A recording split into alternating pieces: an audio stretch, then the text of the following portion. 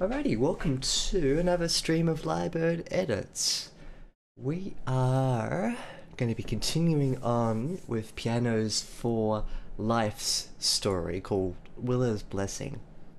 I think we got about halfway through it last time. Let me go back into Discord.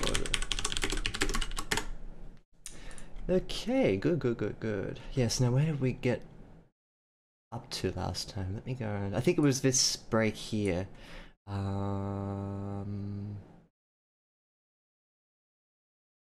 That's right, there was a power called Aladdin that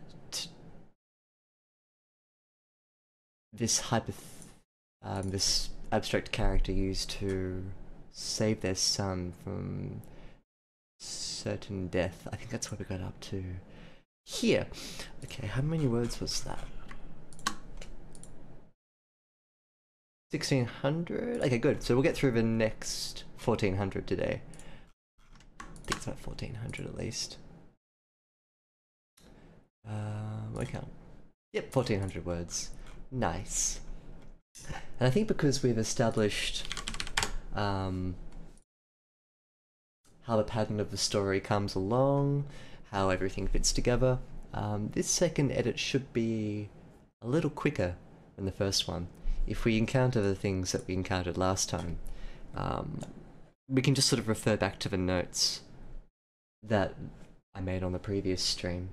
Let me just do a bit of housekeeping, make sure I'm looking less ugly. Good. Yep, everything's lined up. Not dropping any frames. Very good.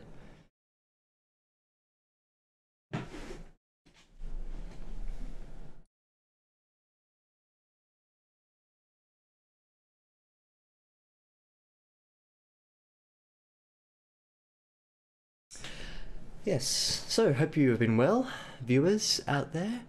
I always feel like the Thursday-Sunday time split is a really short period of time.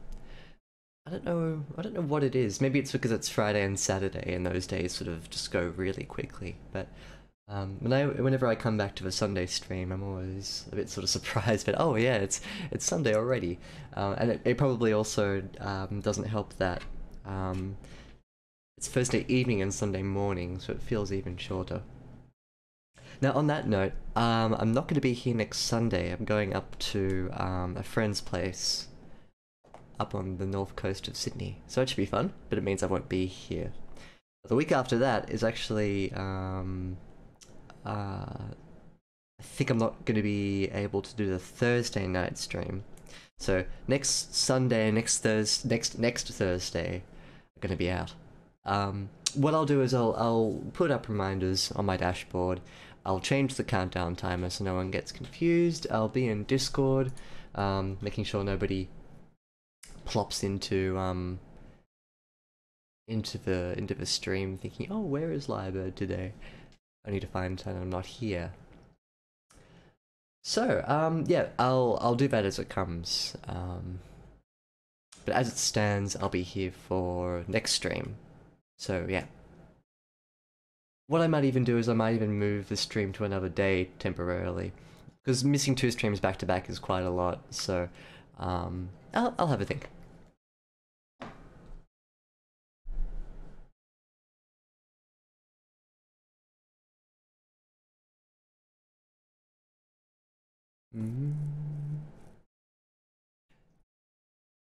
It doesn't look like it on paper as well, does it? TTLACC. It's the Sunday Thursday gap feels a lot longer. That feels like it's a breath of like a deep sort of pause. But the Thursday to Sunday thing, yeah, it really is only a bit over 2 days, isn't it? But I guess, you know, if you're one of those streamers who streams every day, like 7 to 9 or something, then having any gap at all might feel really long. So I guess it's all about perception. Yes. Good morning as well. Welcome back. And good afternoon for your Saturday. Hope your Saturday has been just lovely. Um, I don't know if I could do more, to be honest. I feel as though like I'm at a really happy balance with the volume of stuff that I edit versus how um drained I feel doing it. I don't feel that way when I finish an edit. I sort of feel like I've knocked something on the head, and I treat it like almost like as a bit of a challenge. But I wonder, if I did another stream every week, whether or not it would become a bit more laborious. Yeah, I wonder. I've never done it. I probably just take it in my stride. But the last thing I want to do is to make myself not want to do this. So maybe that's a question of volume. And unlike games, where you can be a bit more hands-off and just focus on the game, and then turn to the chat box and mumble something every now and then, I think for me this stream is talking. There's a lot of talking. And thinking. Doing those both together at the same time is very difficult, let alone separately, so... Yeah, I wonder though. Anyway, why don't we dive into the stream? 150. Very nice. Let me know if it's too big, let me know if it's too small. Knew I was forgetting something. So where do we get up to in the story? Where do we get up to? Yeah, as I was saying before, there was the story relayed by Emma to her son, who's called Alden. And so she's upstairs trying to soothe him to bed. David is outside, I think about to hand himself in to this vigilante slash law enforcement slash soldiers camp. Silhouettes of soldiers. So we're gonna have to figure out what comes next. General comments on the story so far, just to recap. I like the setup and the characters work well together. There's backstory that's hinted at and thrown in. It's good. And I'm interested to see what comes after as well. And that's a sign of a good story. Well, it's a sign of a good plot and a good narrative when you have a desire as a reader to know more.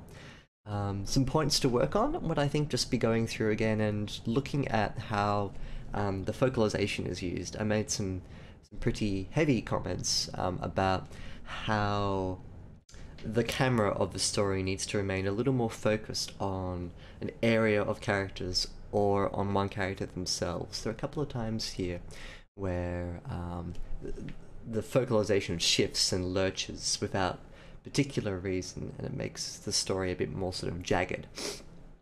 So we're going for a smoother story, I think. Excuse me, that wasn't a dab, that was a sneeze. Ugh. A snab or a D's. Ladies and gentlemen, I think we've witnessed the birth of a new meme. No, I don't want to be remembered for that. Oh no. What did you do in your life, Lyrebird? Well, I went to uni for a while. I coined this the D's, the dab and the sneeze, and everyone's like, "Oh, you're that person, aren't you?"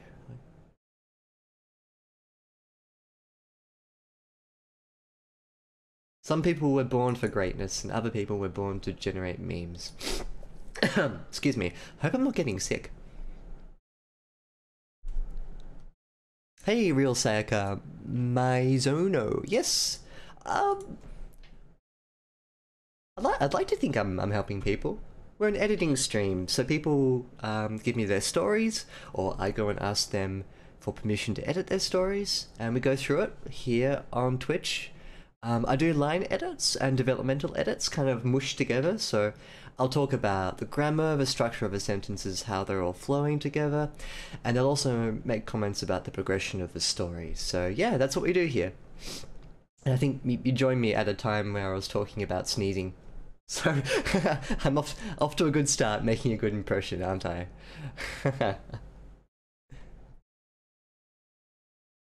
Yeah, isn't that interesting? That I mean, there are lots of within the creative community, especially. It's a bit more varied, I think, in how just going off of your comment here. Um, I think that there are a lot more sort of tutorial style Twitches popping up. The great granddaddy of editing on Twitch is Final Boss Editing. Um, he's been doing this for a lot longer than I have. But I guess he, in my mind, was the prime example of a stream where I guess people can learn things more passively. He doesn't narrate or present like a seminar style thing, and look, neither do I. I don't present this like a seminar. I just work through it. Um, yeah, it's so interesting what Twitch is and what Twitch can be as well, because this was my perception of Twitch as well before I started doing this. It was just people sort of staring kind of into their computer screens playing a game, and then every so often they'll kind of turn to the chat box and go, "Oh yeah, thanks Lexi7, yeah, yeah, no, I get that," and then just go back into the stream and play on. I think the creative stuff has more potential to be a bit more interactive. I don't know. Or maybe people are developing their styles of streaming. No, I don't know. So I know that like there are artists here who do like little watercolor paintings and they'll film themselves doing it. Some people might just want to just do stuff and other people watch, and other people might want to learn. So yeah. Ah, cool. Yeah, interesting. The writing community is very closely knit. It's really nice. Welcome to the writers community. I'm not the face of it or anything, but yeah, it's a good little community, and there are lots of people streaming. Some people will just stream themselves writing, which can be fun to watch too. Can you give me an opinion? Sure. Epicug. Epicug or Hepicu 1 gram.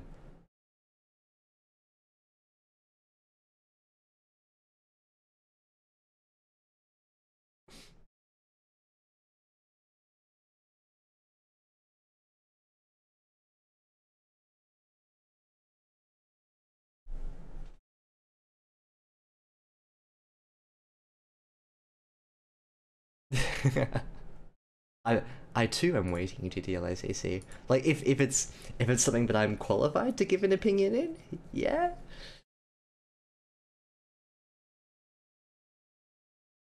The answer is GIF Hepakug. It's always been GIF. No one would pronounce it GIF. That's a J. J is used for a soft sound. G is a hard G. GIF. It's how it's spelled. It's how you should pronounce it. GIF, not GIF. Or if you want to piss everyone off, just say giraffe. That's what I do sometimes. So yeah, glad to help out. If you need any more opinions on how to pronounce file extensions, just let me know.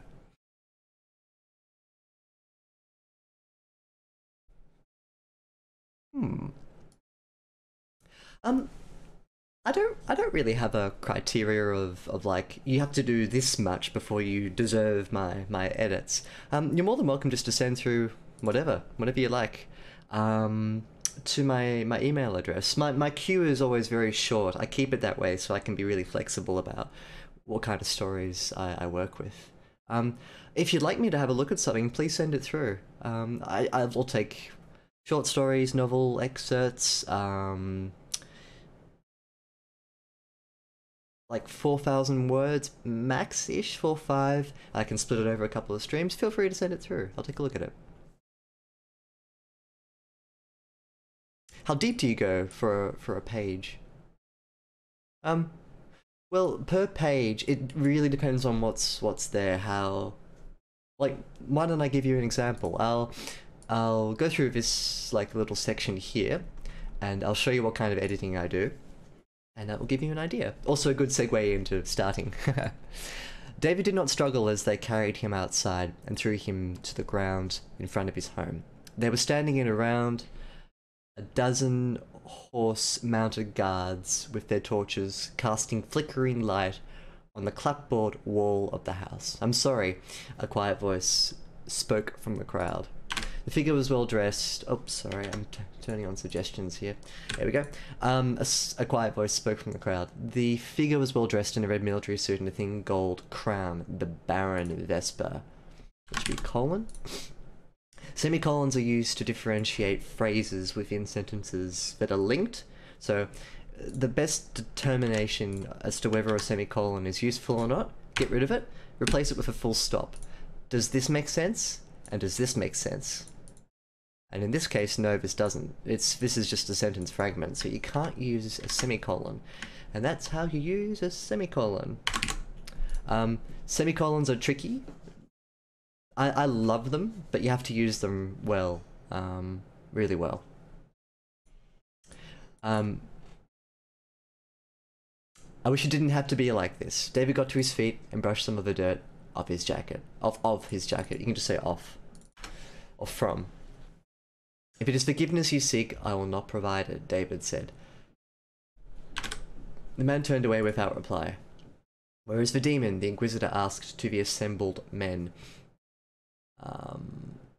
And as if on cue, 5 guards came out of the front door, hauling an enormous metal body with them. With great effort, they set it down against the wall of the house, and the Inquisitor nodded.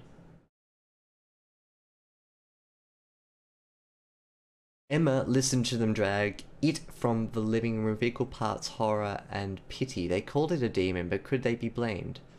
How could they be expected to know what it was after so very long?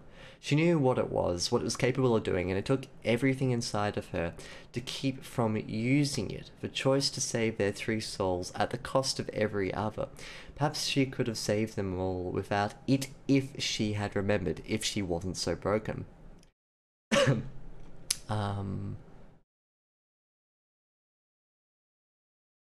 I don't know where this is coming from. If this is this enormous metal body, is it being dragged from inside the house outside or outside the house inside? Emma wasn't in the living room in the last scene. She was upstairs speaking with her son. I don't know what's happened in the time frame between this mini scene and this mini scene here. I'll keep reading. We'll get back to it soon. Oh yeah. Like page-wise, I don't really go with pages because of like paragraph breaks and fonts, but like I usually do about 1,500 to 2,500 words per stream. So that gives you an idea of stream sizes. I'll do like 3 max for one person, unless I have nothing coming after it, in which case I'll bleed into 4 and 5, but I usually try and give like 3 good streams. And that gives like an all-encompassing opinion, I guess. So yeah. So pretty much 4,000 words we can do over about 2 streams, yeah.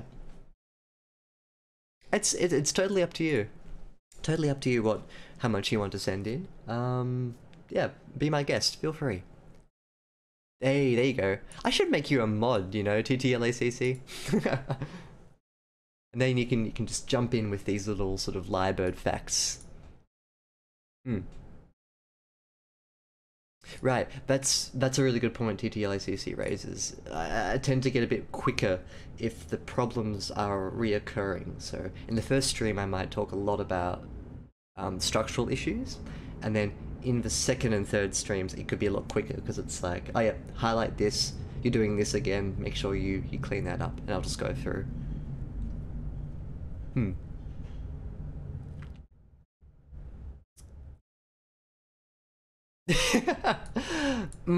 That's the trade-off, isn't it? Let me consider this.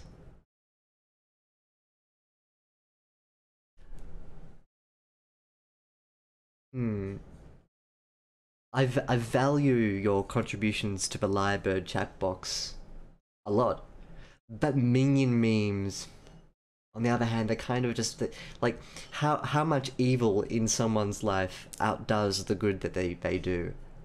people have written about this for centuries, but I mean, never before has it been so important to us to really nail down like how many minion memes can you get away with. And I don't know, is one too many? Yes, it is. One is too many. So I don't know.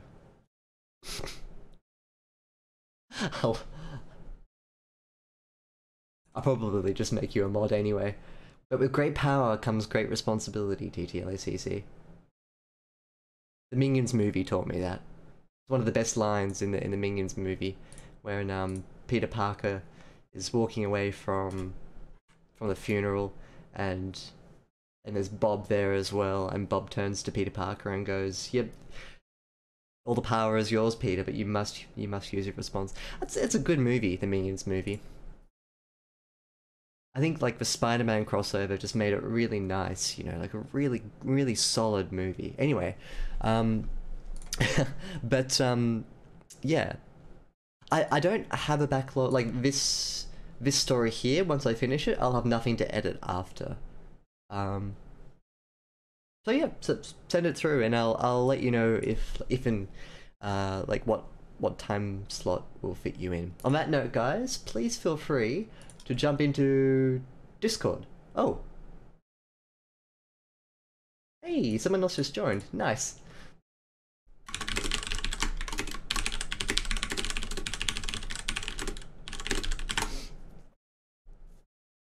Cool. Yes, I have a Discord. Go to my Twitch dashboard, like my Lyrebirds homepage. Click on the Discord banner, and hey, you'll be part of my ever expanding army of minions. Not the yellow minions, the good minions, my minions.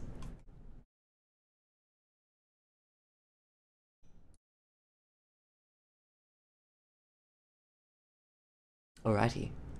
I'm gonna read through a little more of this, and then we'll go back and talk about the structure of it. We have our evidence, the Inquisitor spoke. The sentence for each of these crimes is death. What have you to say in your defense? I am only as guilty as any man who seeks truth, David replied. The Inquisitor sneered and spat into the ground. An officer standing at the side gave a nod, and the gathered soldiers shuffled, cocking hammers and loading percussion caps into their rifles. Gonna highlight rifles here. Have you any witnesses, alibis, or evidence to present? Oh, this is a judge, jury, executioner. Have you any witnesses, alibis, or evidence to present? The Inquisitor asked. Let Yallen's judgment be my witness, David replied. The Inquisitor laughed. So be it. Then David Frennock, I find you guilty on all counts. Do you have any final words? He said them loud enough that Emma could hear them from upstairs. Emma Alden, I love, and his voice died to the crack of a dozen rifles as an officer called the order. Emma let out a choke wail and closed her eyes. She bit her lip and focused on the pain to keep herself together as Alden started to panic. We're going to stop there, and we'll take this little sort of chunk here. I think this is going to be about 400 words. Good. Now, in this scene, we've got David confronting the people who have come to take... I assumed it was David away. Now, they've actually come to take, I think, Emma. Emma's the one who's going to be taken away.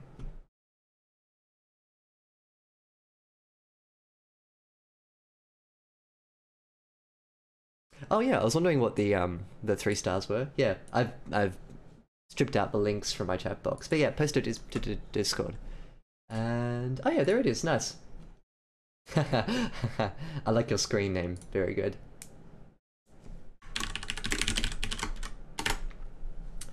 Excellent. Excellent, excellent.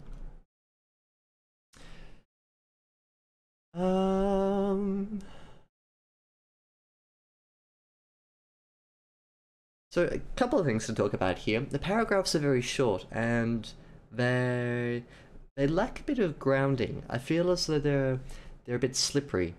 Like I'm struggling to really get myself into the mental image that these are generating. Feel free to just take a breath and expand the scene out. You don't need to rush to the good bits, so to speak. pacing the story is really important, and I think having these sort of short, snappy types of sentences don't add as much as they could if they were a little longer. So for example, here I'd love to sort of get a bit inside David's head about what he's feeling as he sees these men approaching. You could use the narrator to impart some information about why they're here as well, and the motive.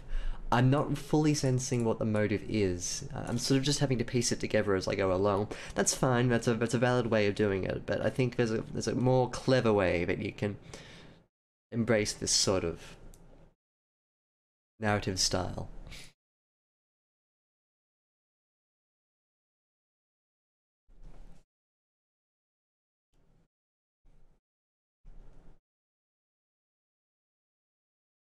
So for instance here, you could add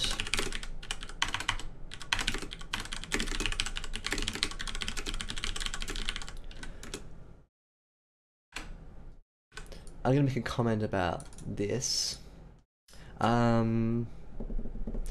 Take the time to establish the scene and let the narrative breathe.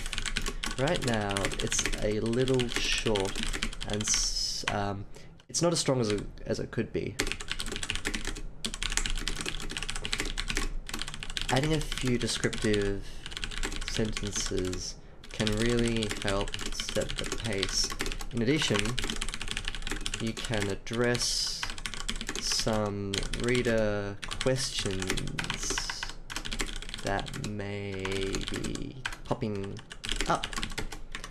1. How is David feeling? I bet he's feeling really, really good. 2. He's totally happy about what's happening.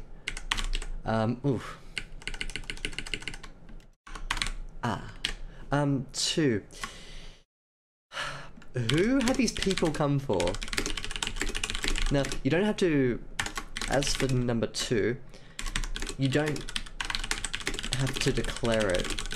You can be a bit sneaky and let the narrator do the work for you with a sentence like,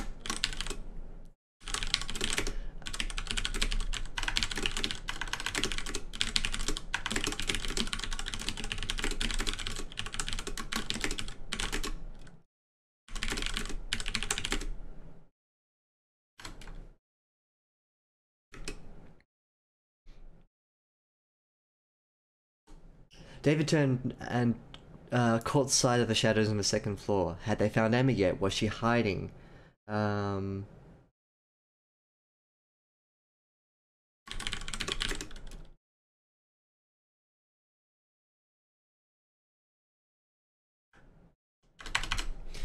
Something like that.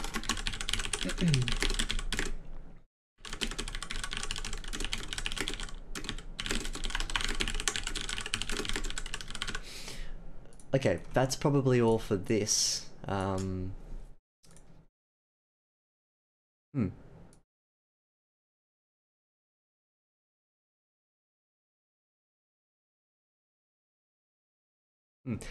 gonna assume that, yeah, that's the case.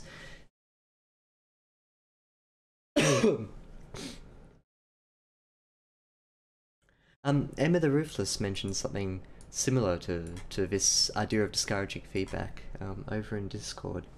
You know, it's really interesting that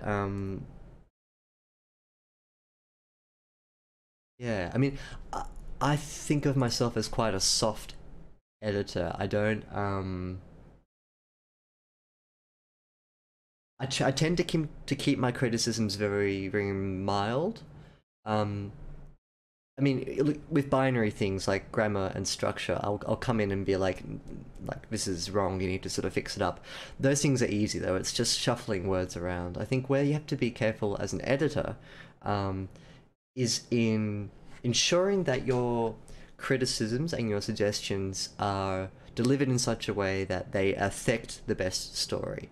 What I mean by that is, unless I'm on your wavelength as an editor author relationship. Unless I give the impression that I am on your side and I'm here to help you. If I don't do that, if I don't do that first step, then everything that comes after is going to be like, as TTLACC hinted at here,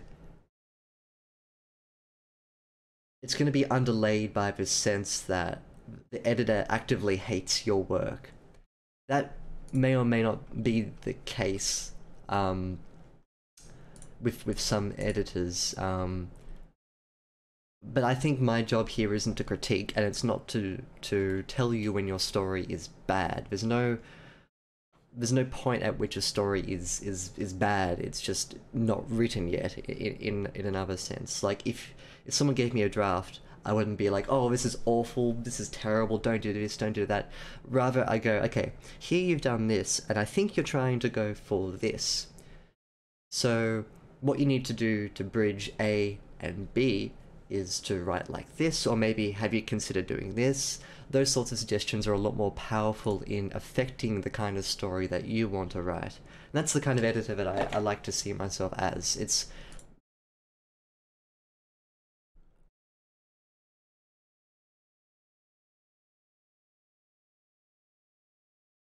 just better, I think, for everyone. You create a better environment for people to come in and watch. You don't make people feel as though their writing is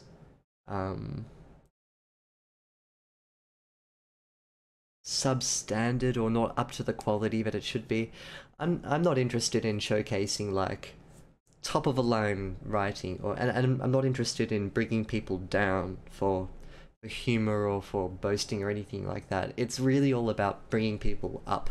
I think that's super important, especially when you're public editing someone's work. Like, this is nerve-wracking for authors. Like, to show your writing to someone else and go, tell me what you think, is nerve-wracking enough. To do it in a public setting with like 6 or 7 people who don't have an emotional stake in making you feel good, that requires a very, like a sense of care, a duty of care almost. Like, you have to edit in such a way that really helps rather than hinders. Yeah. But like on that note, I've never had anyone tell me that my edits were overly harsh or critical. In fact, almost all of the feedback I've gotten's been really really encouraging for me, actually. Yes. But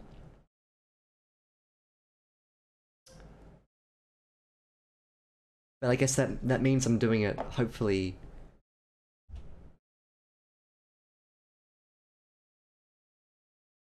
I don't think I can even use the word right. Like, I'm doing it in just a way that's helpful for people.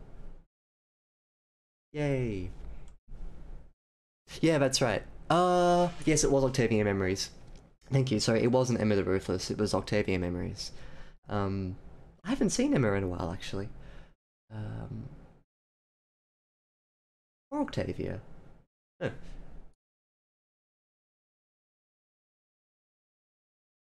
Hmm. Hmm. One of the advantages of doing it this way, verbally, is that I can convey my tone a lot easier. Ideally, like, you should be able to convey tone through comments as well, but like, a lot of people will just leave a comment on these Google Docs style feedbacks, like highlight that, comment, get rid of this. Like, okay. I always like to explain why I suggest things to take out, or why I'm doing what I'm doing. I think people learn that way. Right, like saying something's bad instead of it's unnatural or this doesn't flow well. Exactly, that's a really good example. Good question. What's my rubric for bad? It seems that most people's working startups can be improved.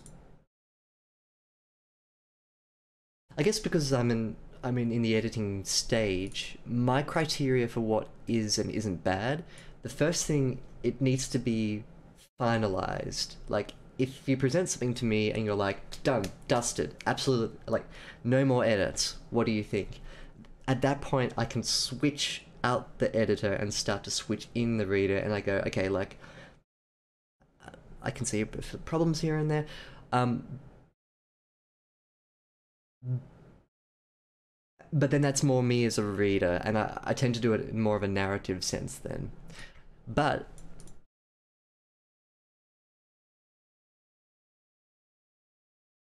while I'm editing, I do keep a lookout for bad things. What are some of the criteria that make a story bad? Over reliance on cliche. Um, no one likes cliche, but um, I get like the feeling that we're all in a rush to be unique in another sense, but um, flat characters.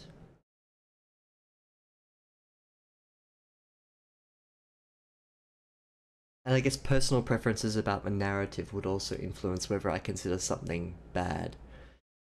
Oh, and dialogue. Yeah, so characters and dialogue are probably the best places to start for my idea about what constitutes bad writing. If the weight of the dialogue doesn't feel right, if characters act a certain way but talk differently, um, if there's too much dialogue, if there's not enough dialogue, if the characters do things that don't make sense, if the characters are too perfect, if the characters don't have weight behind them, if they're just cardboard, if like there are lots of little ifs and buts. But character and dialogue are probably the two biggest things that I look at when I look at bad writing. And then again, you can improve bad writing until it's not there.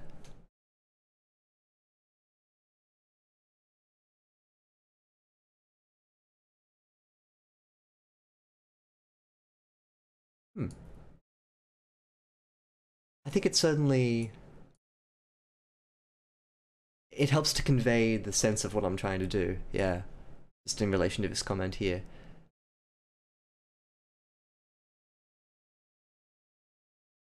Mm-hmm.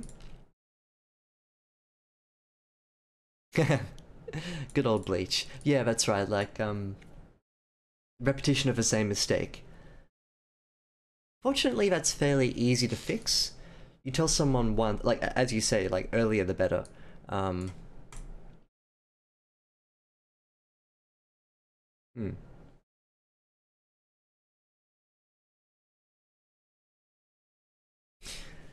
Yeah, it's. I've never really had to think about what I think of as bad writing. It's a very intuitive thing, and I do it so quickly for things that are final. I guess because at that point I can't help you anymore.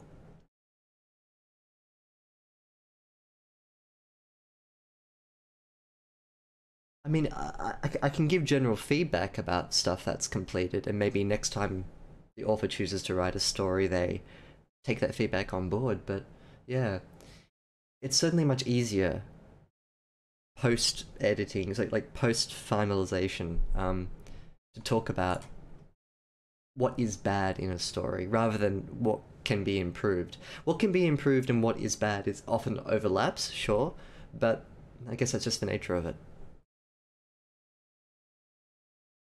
Yeah, I'd say so. Yep. Um, keeping in this is in response to Mizono's question here. If you read a story and you have no interest, is that bad? It's bad for you, I think, is the answer.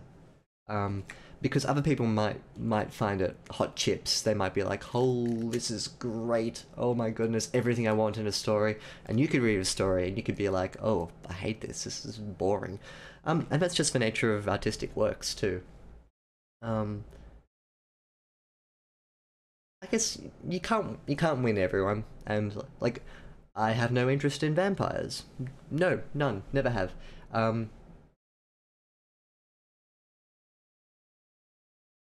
except that one series I like with vampires, but that caught me by surprise. So if you have no interest in a story, like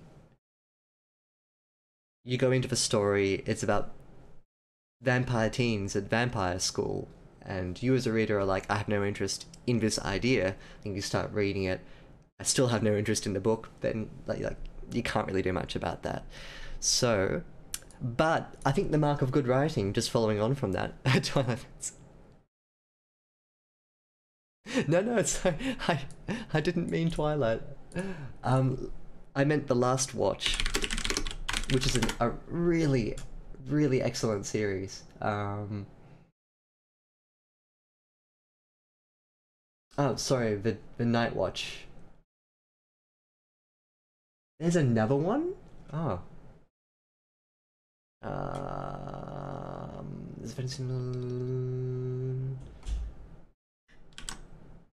This is the one I meant.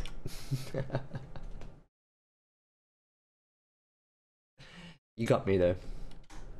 Here's me trying to defend myself. This is a really excellent vampire book. Just really, really good. At least like 21-year-old me loved this. I think it would still hold up.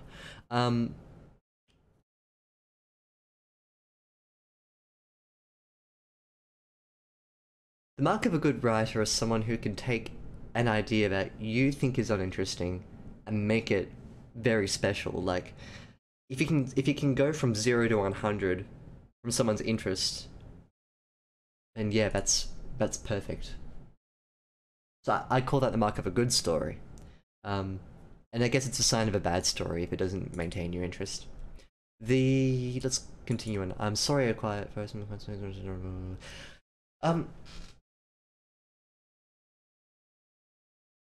Here I suggest that you front end the dialogue, tags, and descriptions.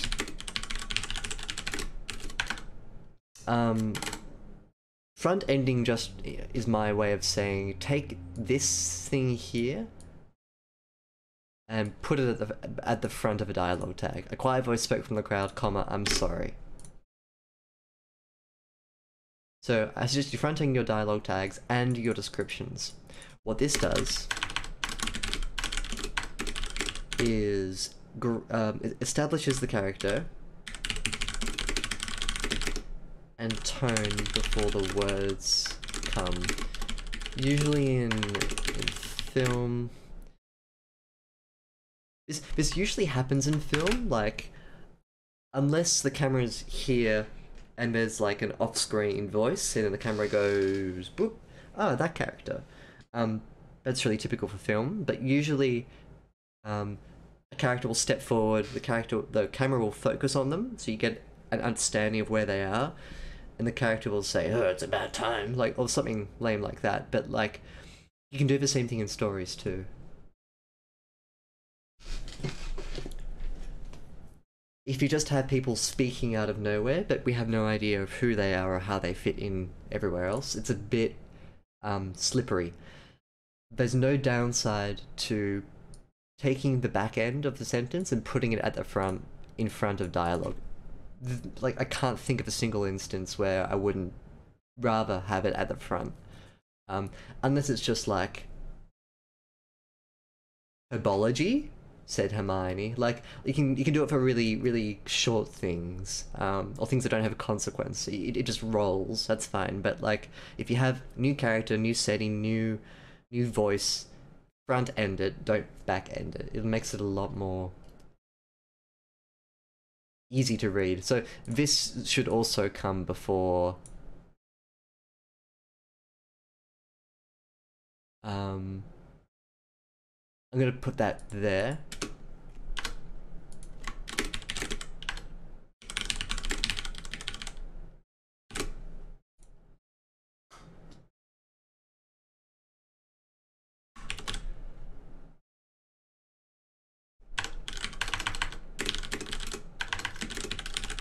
So here's what I want to see. Well,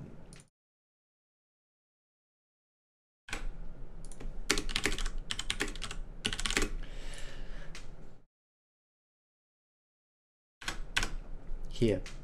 So I want this paragraph to be sort of shuffled around a bit. Why? To make it more effective, to help us establish in our minds who this character is and why they're talking. David got to his feet and brushed some of the dirt off his jacket. Keep the same paragraph. The same character is talking.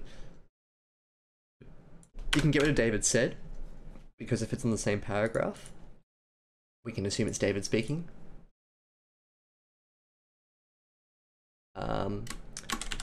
David or the bee.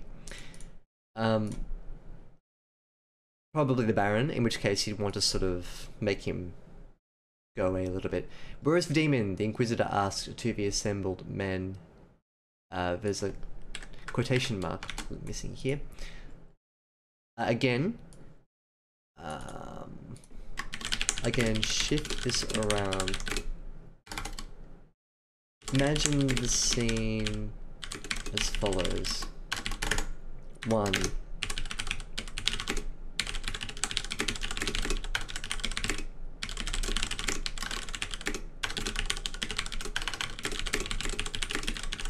So the Inquisitor dismounts from his horse. He stands before David and he corrals the men into action. He says in a voice that booms, "Where is the demon?" Verses 2.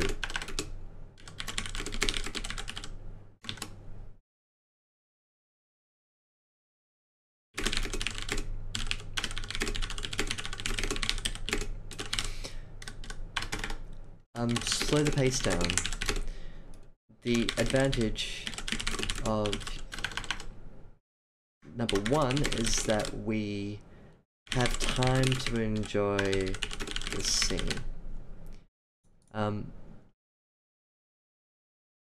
Also note too how short the paragraphs are. With the exception of this one here, we've got a 3-liner. This is will be a 2-liner. 3.5 maybe, 3.5. They're very short. Usually for these kinds of scenes we'd want like one stock paragraph of introduction, like the guards threw David upon the ground and left him. The guards had already started dismounting and had formed a circle around David. David got to his feet, looked around, and caught sight of the Red Baron. The Baron returned his gaze and stepped forward. He was a man of blah blah blah, great stature, nice red coat.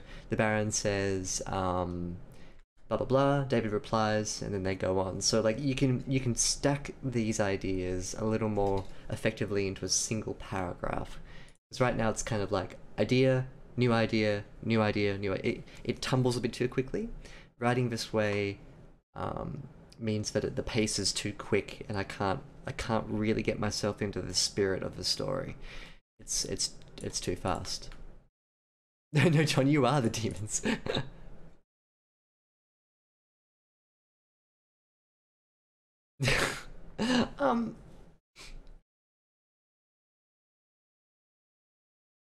We could try. It might not be a very happy story. One that's... Oh dear. Not a physical struggle, it's metaphorical diarrhea. What up? Where the demon at?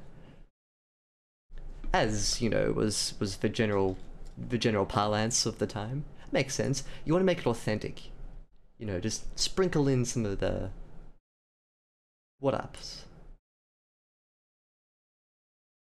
Filing tax returns.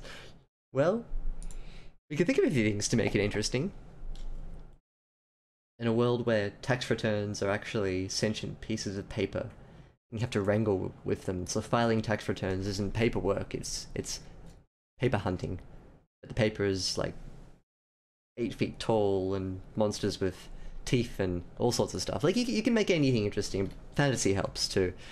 You throw in some fantasy and it's all good.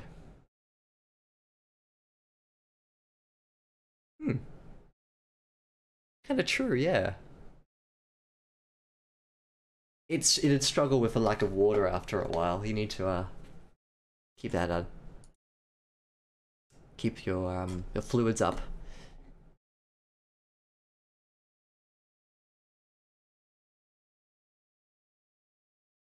I think that's the main cause of like real sickness from diarrhea, apart from the spread of disease. It's dehydration, because you're losing so much water. So, if you are afflicted with diarrhea, make sure you drink water with electrolytes in it. Lyrebird pro tip. See, this is why you guys come here. It's you come for the editing and you stay for the health tips.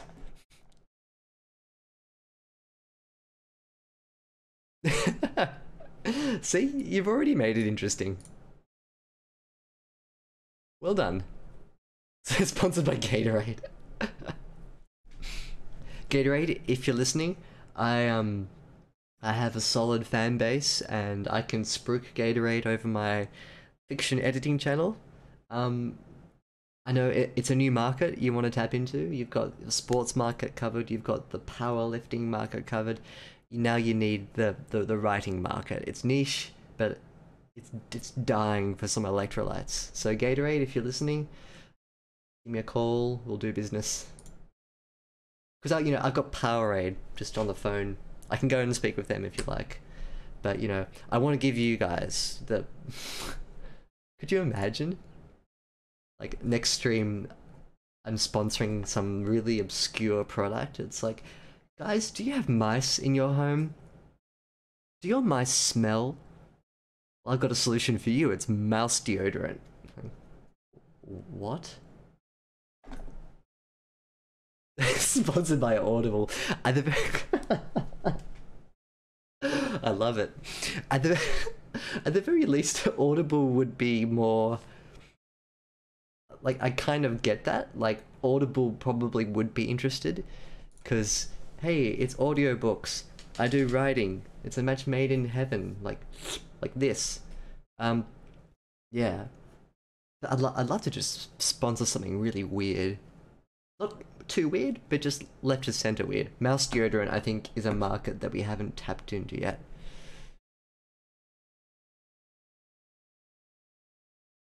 What are the really cliche ones that everyone seems to sponsor? Hey guys, thanks for watching my video essay. Like and subscribe. Smash that subscribe button. This was brought to you by Squarespace. You need a website? Well, go to Wix. Wix.com is the #1 website generator. Sign up using Lyrebird10 and you'll get 10% off your next audiobook at Audible. Like, it's that sort of like end of the video, and it's always Squarespace. Like, does Squarespace just, do they have too much money and they're like, guys, we need to get rid of our marketing budget. We've got $1 billion left, and someone in the boardroom has like a box of Chinese food and like 5 coffees discarded, and they're like, I've been up for 18 hours. There's no one else left on YouTube who will spruik Squarespace for us. It's like, find more of them. Squarespace.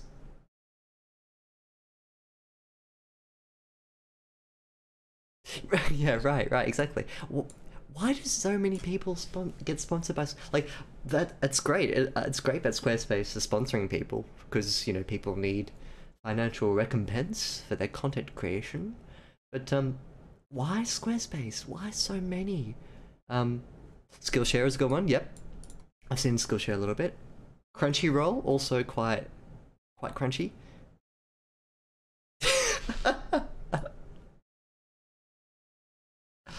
Oh, I'm tempted. What's a really infamous...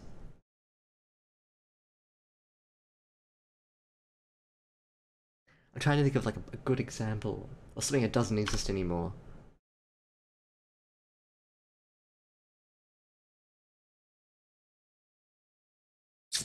I'm sure you guys can think of some. Let me know in the comments.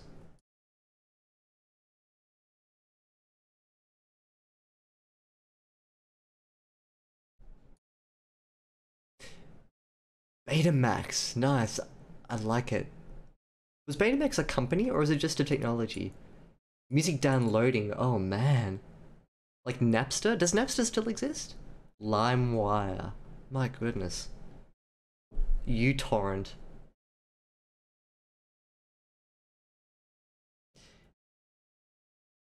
Maybe websites or like brands that were super popular.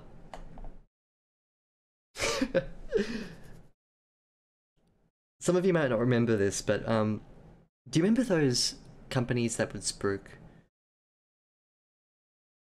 monophonic ringtones, where you text in a number and they'll send you back like Clocks by Coldplay on your Nokia's internal tone generator? But it was a subscription service, so it was like $5 for a song, and then you have to text back to say stop, otherwise they'd charge you every week. Remember those services? I should spruik one of those. They're due for a comeback. What's Zombo.com? I've never heard of Zombo. Ooh, late 90s, yes. Wow.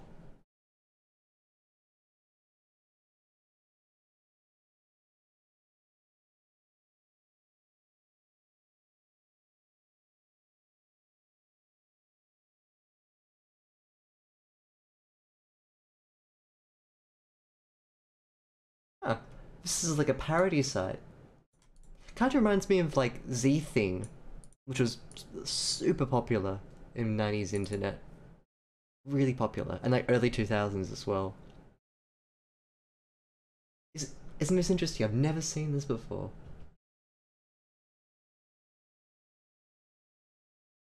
That's really cool. Huh. Yeah, sorry, yeah. And apologies to pianoz4life. You can just skip all this in the replay. What I was going with here was I don't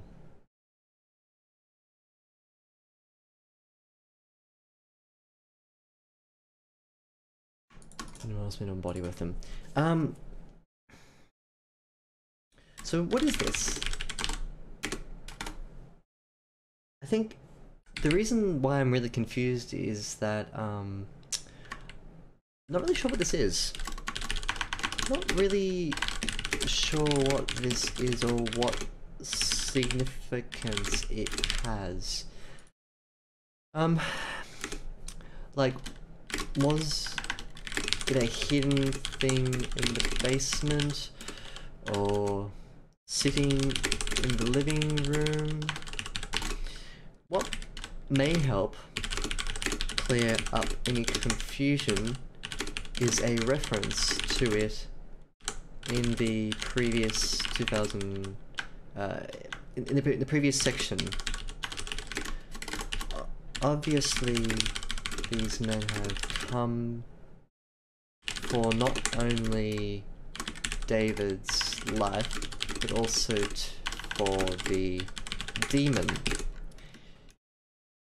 I'm still unsure at this point as a reader as to whether or not Emma is the demon they're taking away, or if the demon is in this box. Just a little clarity is all we need. Would go a long way in helping the reader gel with the flow of the story.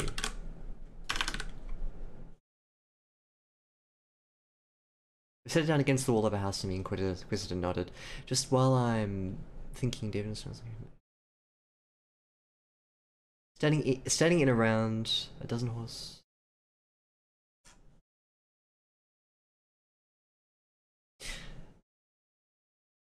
Okay, now here we have a focalization break. Just like in the last stream we talked about this.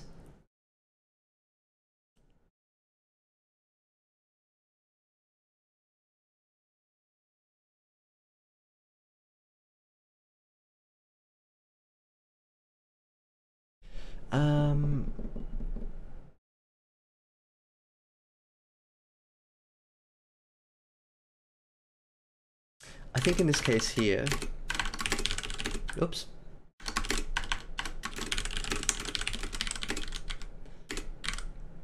I think in this case here, we need to have a pre-established link between Emma and the it inside this metal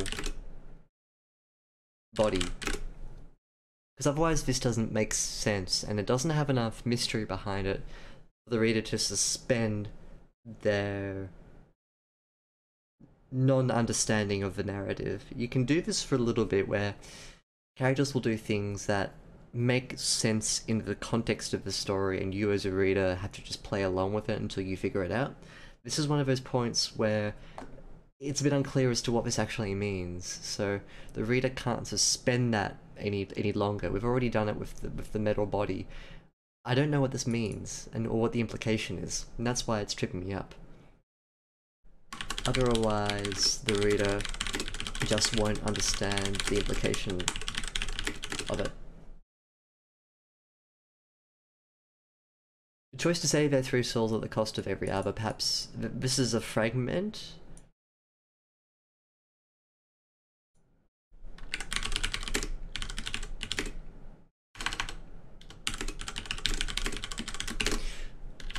You can just extend that out to make it not a fragment. To save her souls, because perhaps she could have saved them all without it. If she remembered, if she wasn't so broken. Again, I'm still not sure what this really means back in relation to the enormous metal body. And it all comes back to this enormous metal body. It needs to, this is the first time in the story that we're seeing it. I don't know where it come from, what it looks like.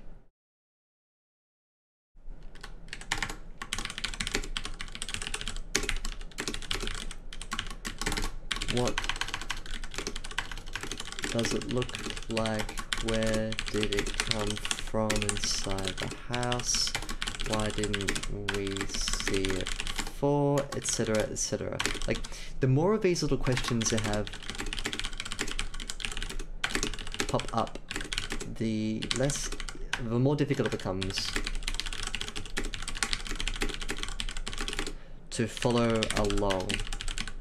Yeah, because you basically give them more excuses to not suspend their disbelief, I guess. Good idea, TTLACC. So this was like...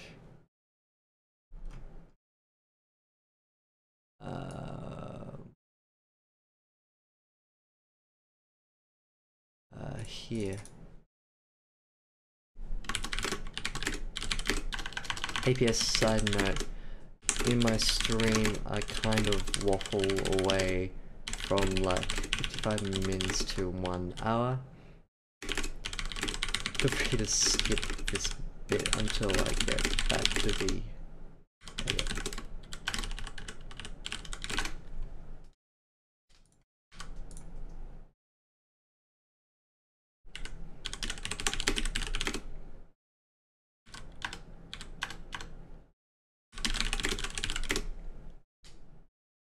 Cool.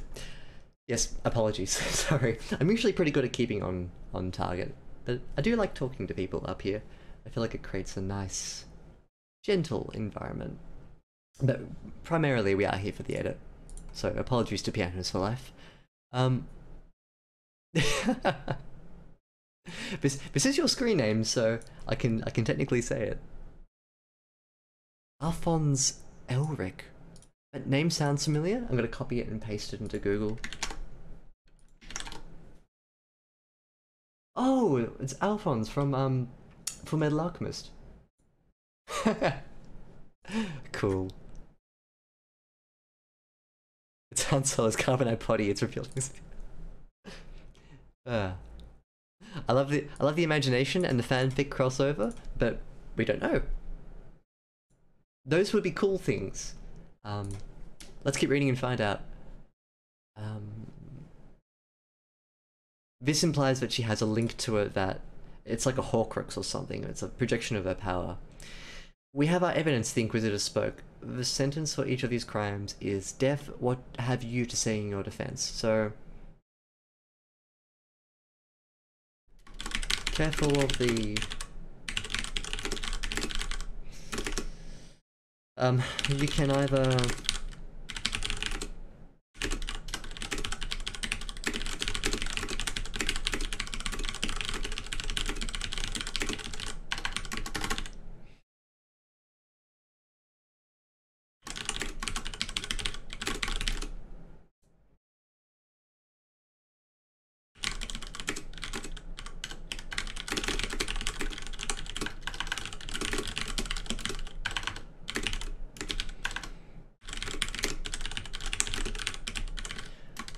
And to link it back,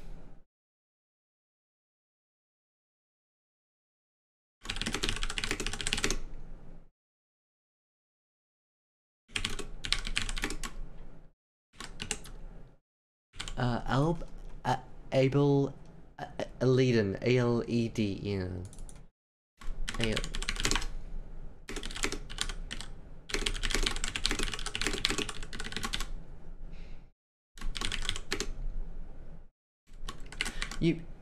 You can drag the focalization away, that's fine. You can link it.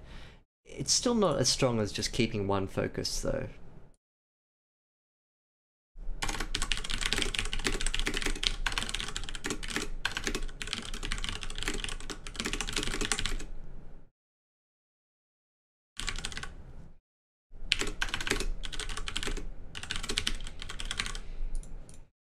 Cool. Again, I'd like this paragraph to start with just so here I'd like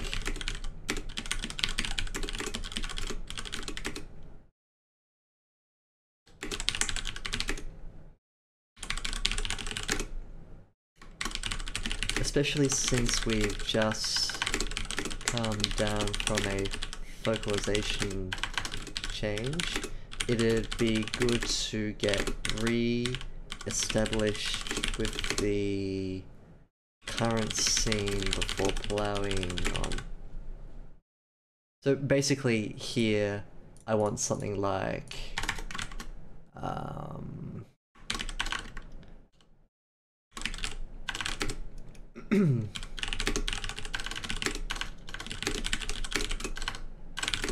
David stood tall against the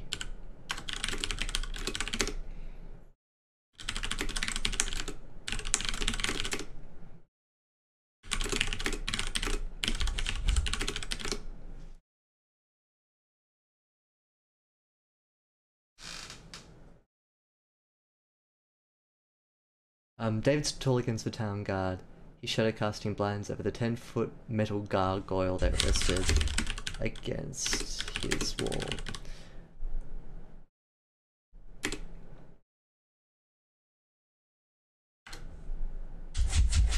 Okay, I'll let you in. I was just finishing this sentence. One sec. I'm coming in, honey.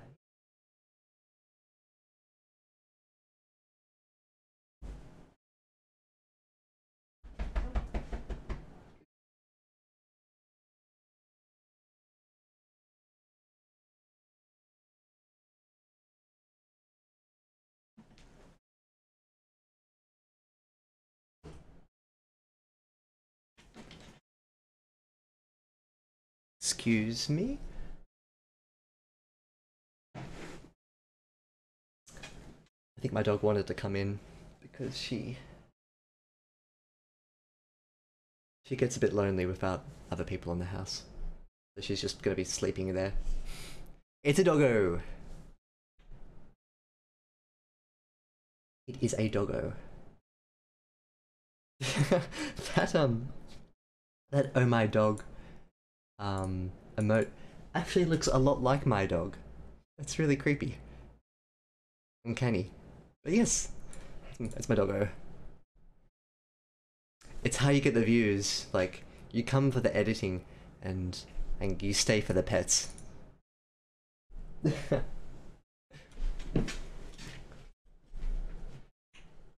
Hey Octavia Memories, good to see you. How you doing? Do I have an uptime bot? No, I don't.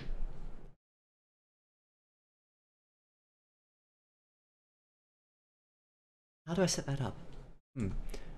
As true as I'm only the creatures we are. We need all the love we can get. All the love. Well, that too. I think they were trying to crack down on that. YouTube did back a while ago. I think they called them reply girls, didn't they? It's been 7 years. That's a really fun sort of fantasy trope that I've always loved. Um, I think because of like Ocarina of Time and its 7-year time skip, it's like it's been 7 years, but the hero is back. That sort of thing. It's like it's a classic. But anyways, years ago when I first became trapped here. Ah, yes, also classic. But you need the dyed hair, like you need the Markiplier hair. I haven't watched Markiplier in a while. I like Markiplier. Hmm.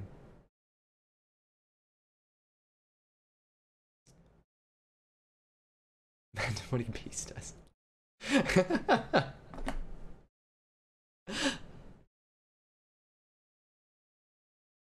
I like the imagination, but I don't think my dog is much more capable of doing anything rather than sleeping and eating.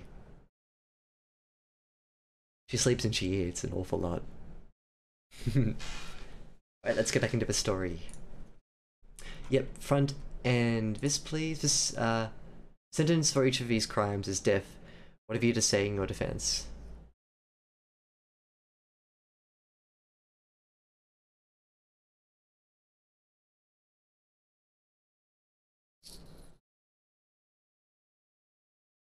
I think usually, can we get a charge sheet? Get the ink to read out some charges, and that'll clear some of the confusion up.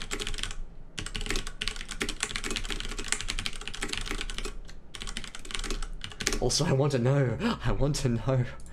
What's he done? I'm only as guilty as any man who seeks truth. Cryptic, David replied. That's fine. You can have a David replied here and just let it roll through. The Inquisitor sneered and spat into the ground. Usually you have to do onto. Technically, you can spit into the ground. But onto is probably better. An officer standing at the side gave a nod, and the gathered soldiers shuffled, cocking hammers and loading precision caps onto their rifles.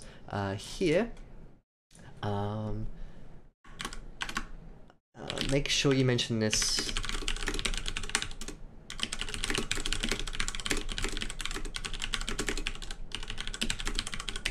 So when we first meet them,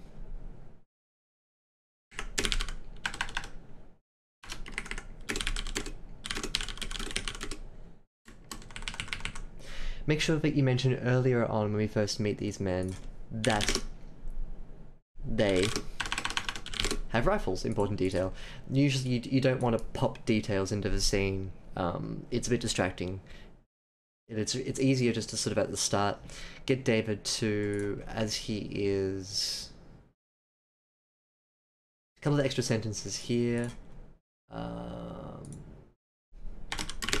Do they have rifles? How does this impact David's body language, etc.? Like, these are the sorts of things that we need to have planted for us at the start of the scene.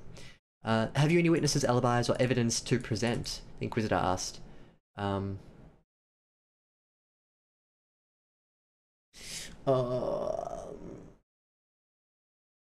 Grammatically, that's fine, I think. You could also do comma, because it doesn't need to be a question. Look, either way, I'm not going to lose sleep at night. But it's a bit of an awkward thing to look at. Front end it. Or you don't need to, whatever. This is a pretty short one. Let Yarn's judgment be my witness. You can even do this. Bam! You don't need to see that it's David, because there are only two people. Ooh, excuse me. Only two people talking. So, the Inquisitor laughs. So be it. Then keep it on the same paragraph. This should be so be it then. Just because that's the turn of phrase. So be it then. David Fronick, I find you guilty on all counts. Do you have any final words? He should read the charges out, because we don't know what he's being tried for. He said them loud enough so that Emma could hear from upstairs. From the upstairs is also fine. Emma Alden, I love. Actually, why not just say he shouted, shooted? He shouted loud enough.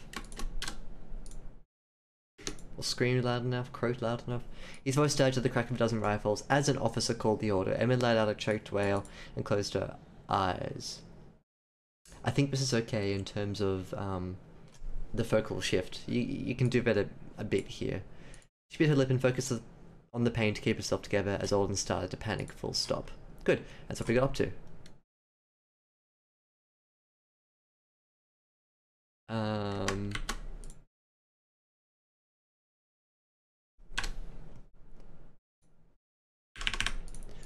I'll put a comment here. This is how you've done the... did you want to make another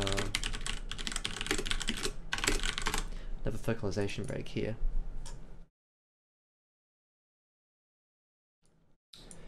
Good, Octavia memories. Good that you're alright. And you are all right. I edited Prologue, deleted. We've got some strong opinions on Prologues. I think, you know, my opinion's always been a bit like, make it the first chapter.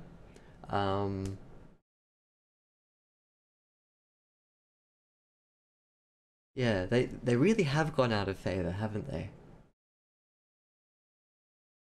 Dig a hole with your shoe, spit in the hole. True, and then you can spit into the ground. That's a good point. If you want to, if you're really determined to spit into the ground, then you can dig a hole with your shoe and spit into the hole. I think that's the... In which case... This is a really good point, actually. Like, an Inquisitor is someone who's a bit sort of a law unto themselves.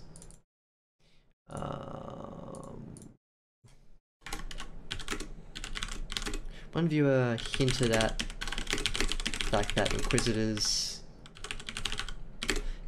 are usually laws unto themselves. So maybe you can deliver a rap sheet, not rap, like a charge sheet. I think that's what we call a charge sheet, and I think Americans call it a rap sheet. Maybe? Can you confirm? Can you confirm or deny? Of crimes against the Holy Church of Yevon? Yalin. Yevon was is the god of Final Fantasy X-2. Good sequel, by the way. Many people don't give enough respect to Final Fantasy X-2. X-2, brilliant game. Is it fluff? Absolutely. Is it silly? Absolutely. Is it a fun game to play? Absolutely. Does the ending of that game make the entire experience worthwhile? Absolutely. That game has a fantastic ending. Great game, great sequel. New Yevon. Yevon was the god of Final Fantasy X as well, so New Yevon is the X-2. Play X-2, it's a good game.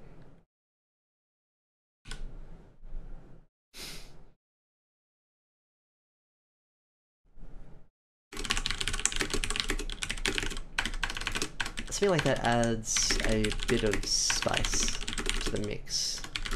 Make your story spicy. Ooh.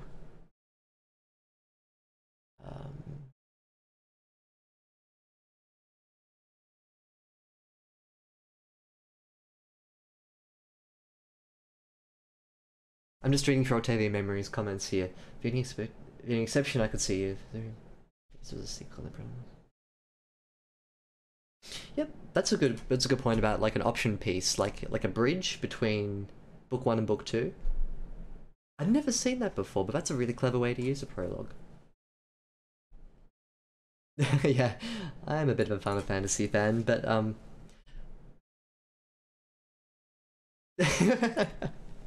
we were talking about sponsors before Octavia Memories. Mainly Squarespace.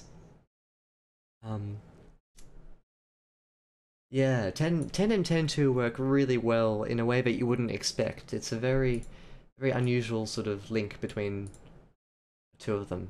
I love it, I think it's great. But I haven't played, with the exception of 12, I haven't played a Final Fantasy since. I think it peaked with 10. I don't think that's a controversial opinion. I just think 10 was so special, it's hard to make a better game. In a Final Fantasy style. Oh, there you go. I was wondering, yeah, thank you DTLACC. I was wondering whether, because I've heard charge sheets because I watch a lot of British and Australian crime. Not a lot, but you hear it there. And then rap sheet, I was thinking, where have I heard rap sheet? Of course, it's North American. I'm going to agree that, yeah, prologues do usually push readers away. One solution is to just rename it Chapter 1 and go from there. I prefer no prologues, but I'm not going to like demand the prologue doesn't exist. I think you could easily have a past scene bleed in with a present scene and have that as the start of your story. Is it the strongest way to start? Maybe not. But, I mean, I can only say that within the context of the story. I can't make a blanket rule about it. But you can have a blanket hunch, I think. I won't rule it out, but I'll say strongly that most of the time you can get... you can reconfigure the prologue into different parts of the story to incorporate it as backstory, as Octavia Memories was suggesting before. Usually it's stronger.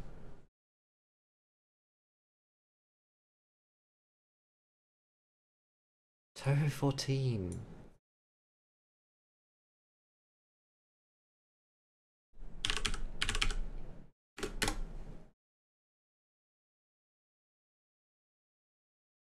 I haven't heard of Toho Project.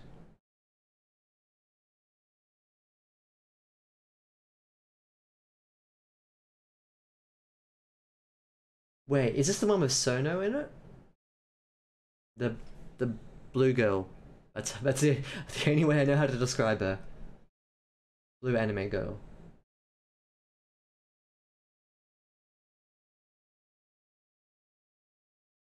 I thought these games were like sorry, excuse me. Like bullet hell games. Like the games where just lots of stuff on the screen all at once. Bullet hell, I think they're called. Double dealing characters. Yeah. Suppose it is. If eventually you do double deal them. I think that's a really simple fix. Myzona says like you can just replace prologue with chapter 1. Yep, easy. However,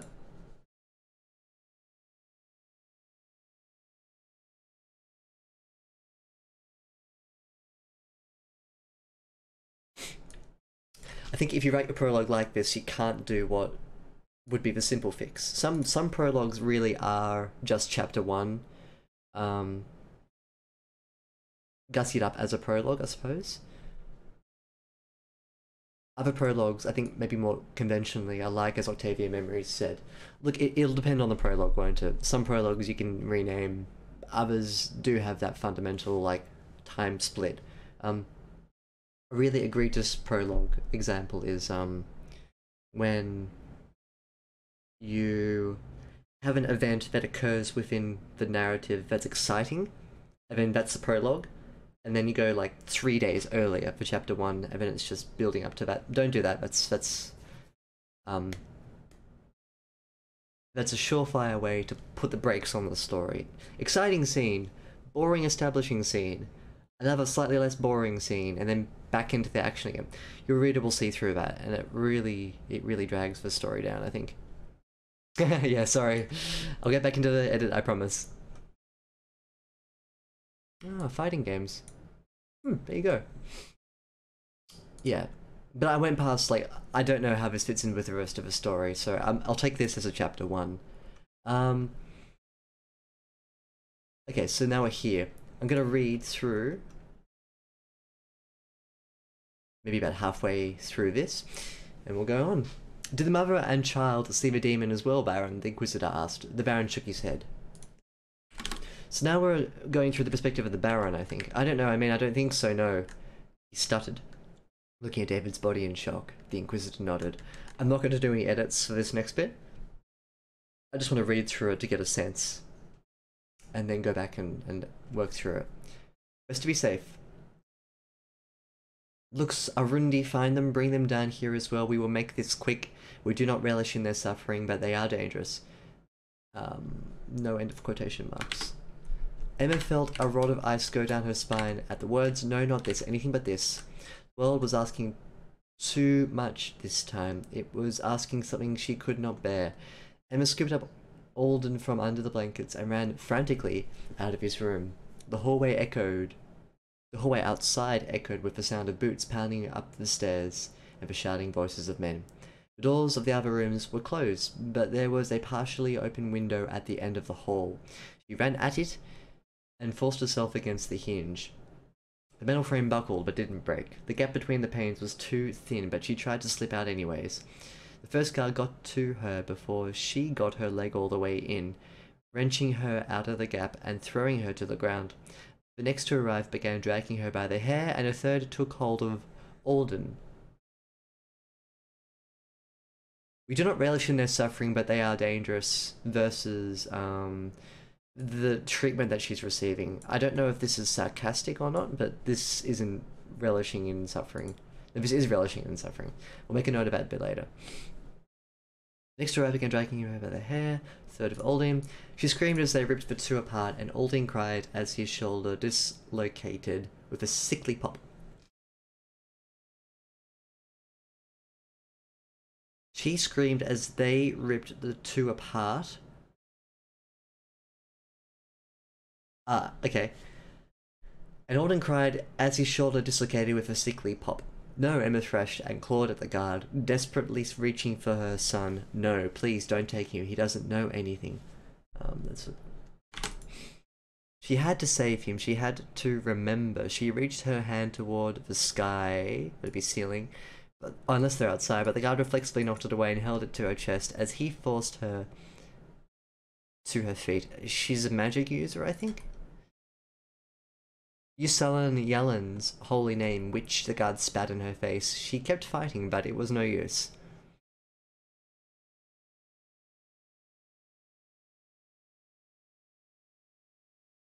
Until they reached the space in front of the house. Sorry. When they reached the space in front of the house, the guards threw the pair to the ground, and she scrambled to hold her son. No, you can't. This is too far, the Baron said nervously. He's only a boy. Show some humanity. This is not some backwater village when you can murder wantonly. I do nothing wantonly, the Inquisitor replied impatiently. I only do what the Holy Church requires of me. Okay, there we go. You should think... This is good. You should think about doing the same. The Baron was silent for a moment, but then set his jaw. No, the Baron replied. No, I will not let this happen. I will not allow this. Guards, ensure the woman and child are safe. We have done our duty. Let no one else be harmed tonight. The Inquisitor did not react, instead giving the Baron an almost amused expression. The guards didn't move. Baron, you need to learn your place. He nodded subtly, and two large Lux Knights approached Baron from behind, their eyeless steel helmets gleaming. Just gonna highlight a couple of things while I remember.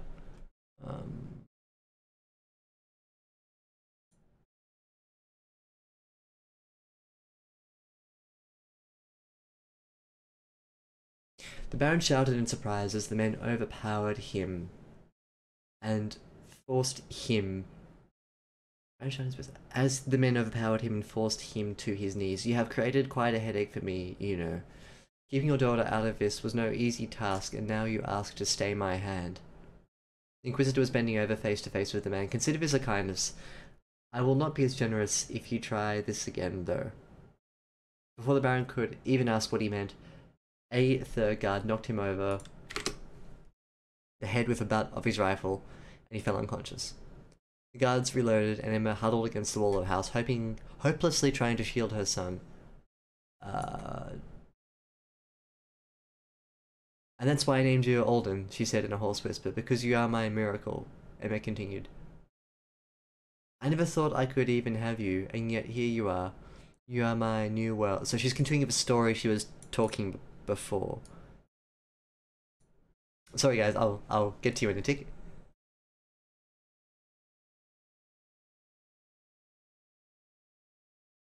You're my new world, my hope for something better. Perhaps there will never be a cure. Perhaps this is the way it will always be.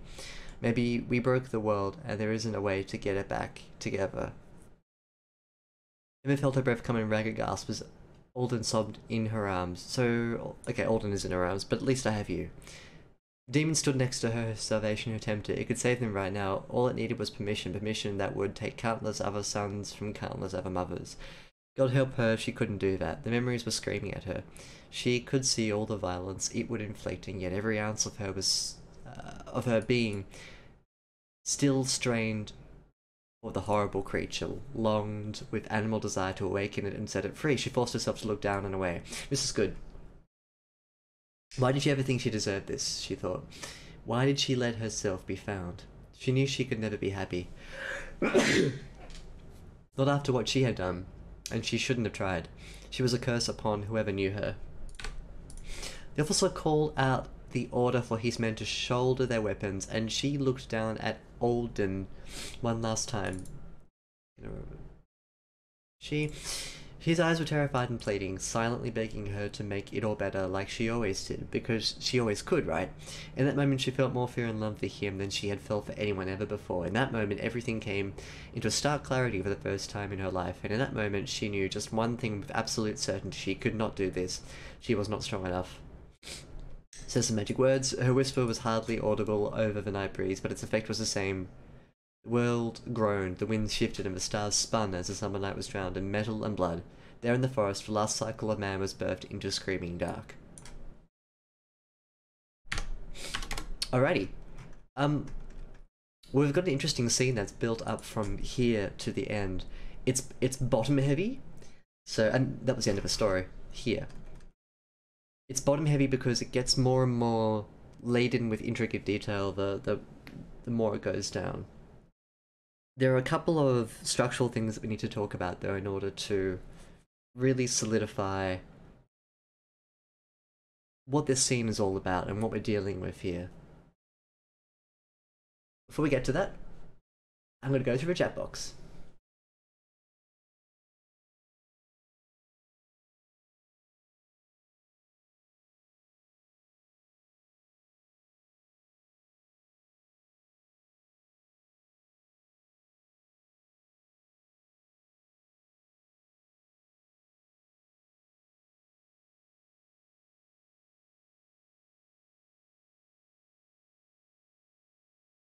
Yeah, I think in general we can do away with prologues, but I think these sorts of like declarative statements about the value of prologues are really only a trend. Um, there will come a time where prologues are back in fashion, and when people are using them to good effect in ways that we haven't seen before. Um, I think people don't use them right now because the way that they want to write stories differs from the way that the prologues traditionally function in terms of how stories operate. So yeah, in that regard, it's still difficult for me to make a judgment call about what the next part um, of this story will be. I think I disagree that um, prologues are used by young or new writers. Um, Exclusively. I think there are very established writers who do use prologues. Um, Whether that be like a whole staple of fantasy writers. Christopher Paolini used um, a prologue. Fair, he was young when he wrote that story, which was Aragon.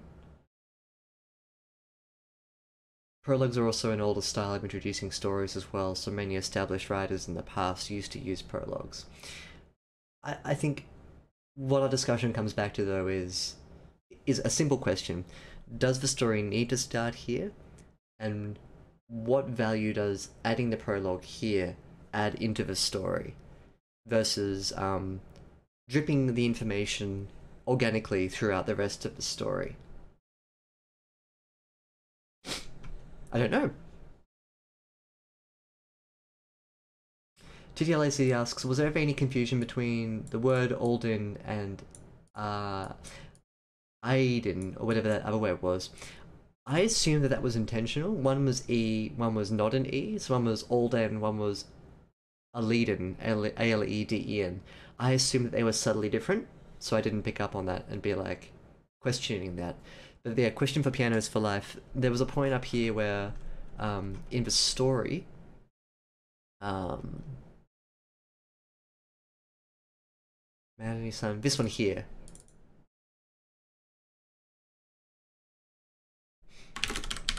I assume this was intentionally different from Alden's name. Just clarify that.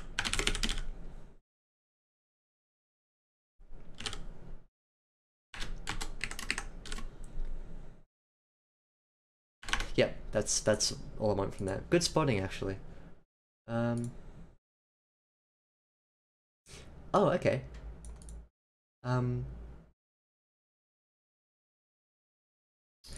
Yes. Feel free to watch the previous stream in your own time. What have you missed? I think the front part of his story is the strongest, so you probably missed the stronger part. The middle is filled with lots of these motion details and the story and how it works together. And then at the end, I think it starts to make it more solid again. Yes, that's right. Mozilla talks about J.R.R. Tolkien's entire prologue story. Hey, he made it work.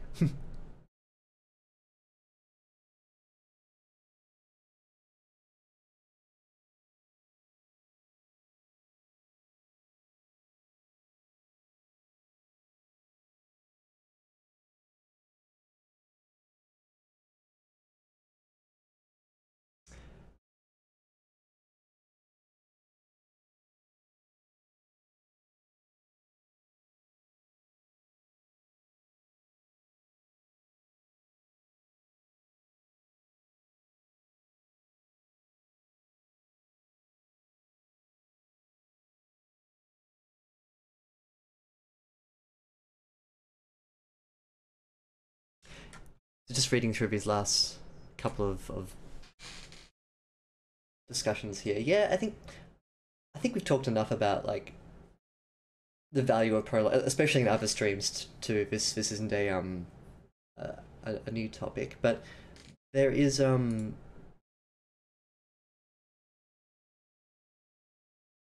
I'm always prepared to be surprised by a prologue. When I see a prologue, I don't.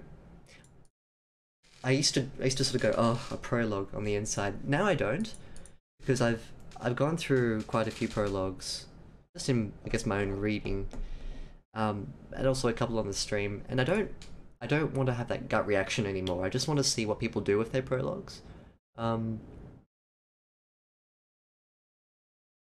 I think, yeah, in conclusion, they have a place, but you have to think about whether or not you're capable of really doing a successful one. Arguably, like, you don't need it at all, but it's not really my place to be like, I will absolutely always suggest you don't do a prologue. I can't say that as an editor. It's not my place to. I don't deal in declarative statements about whole swaths of writing techniques. But I will agree that they're usually weaker than what another story would be. So if you showed me a prologue and then a chapter 1, I would then make a judgment call about the value of that prologue. In isolation, I can't really do that. I'll just take it as its own piece of writing. Yeah, so TLDR, some good, some bad. Oh dear. Lyrebird talks about prologues, no. No. Lyrebird talks memes, no. No, none of the birds. I try and do a mix. I swear I do. Okay, good. So, let's go through and just tackle this last section. I won't do like a really in detailed edit. I'll just talk about the structure of it all.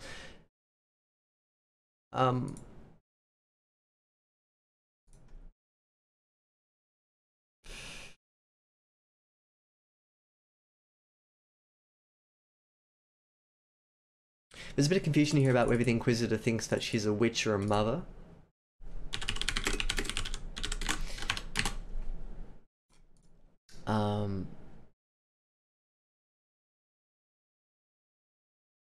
This needs to come at the front, definitely.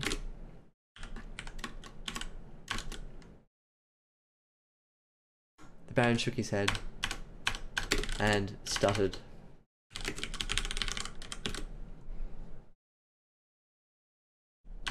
I don't know.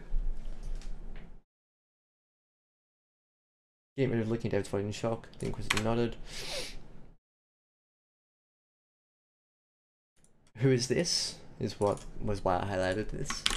Who is this? Haven't been introduced to...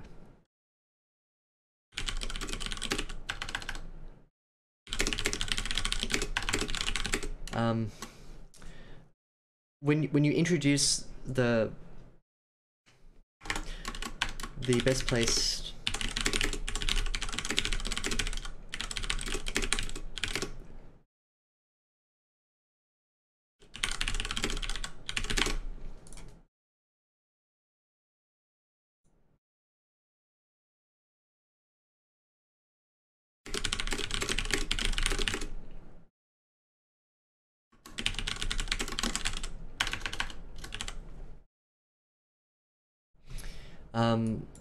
bring them down here as well. This will make this quick. We do not relish in their suffering, but they are dangerous. I think... So this should be the Inquisitor nodded.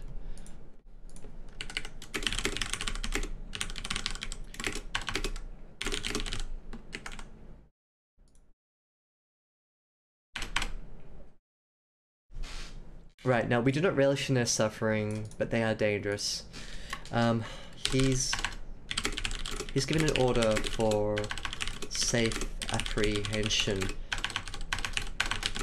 but the men display violence in their actions towards Emma and Alden. You just got to sort of like, is he being sly? Like I don't get why he says like, we don't relish in their suffering, but they are dangerous. Like, is he sincere? Is he sly? Is he sly or sincere when he says, be careful? Another focalization break.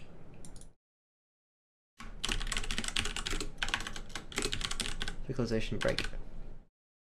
I'm just going to highlight it and draw attention to the fact that we've lurched from outside back into inside. This scene at the start, we haven't really...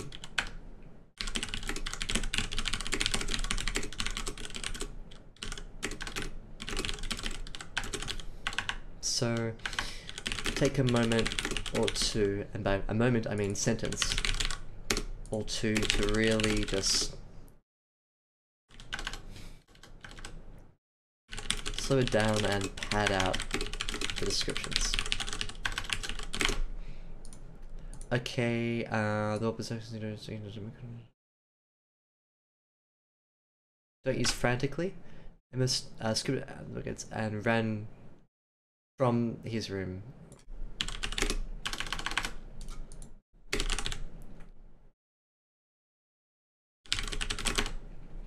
The hallway outside echoed with the sound of boots pounding up the stairs and the shouting voices of men. Keep the same paragraph, otherwise this here needs to be re-established. The doors of the other room were closed, but there was partially open window in the end of the hall.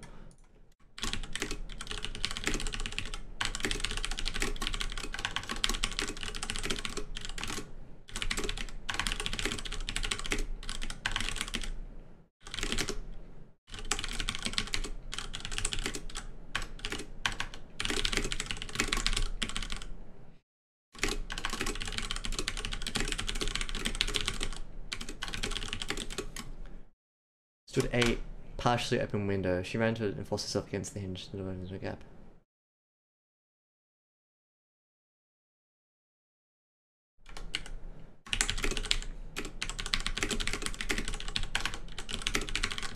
Like that. That's how you end the paragraph. or something like that. Just a bit of a suggestion for how to sort of work it around a bit. What is this liar blah blah blah blah blah blah? I love Prologue. Lies and slander. Okay, lies and slander. Oh, thank you. Hopefully this isn't lies and slander. Ah, thank you for the kind words.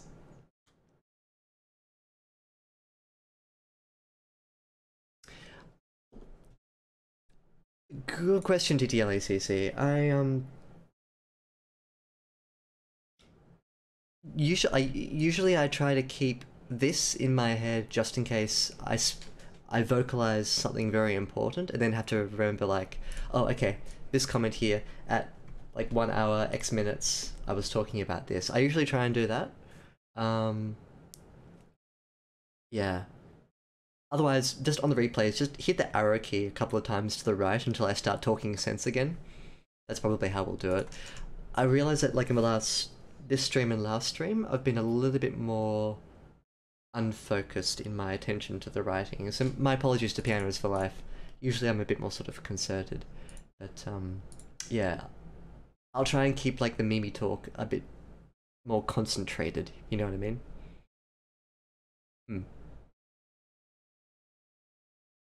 No, I haven't. I haven't seen that meme before. I assume this was a meme. Oh, I thought they were kind words. It's just a meme. The first guy got to her before she got her leg all the way in, wrenching her out of the gap and throwing her to the ground next to her, and dragging her by the hair. On she screamed as they ripped the child from her arms. Arms, and Alden cried as he shouldered a dislocated with sickly pop. I'm a freshman contest. I'm just going through in my head what else I wanted to comment on. Make sure that you keep your dialogue quotes closed again.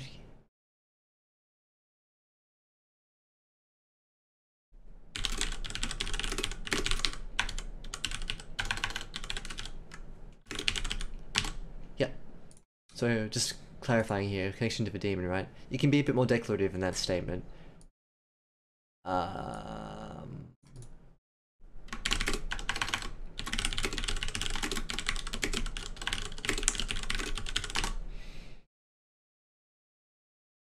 Get rid of the word reflexively. The ly just weighs down the scene. Okay, so here we get. Let me do something. This is the first time in the story where the word witch appears.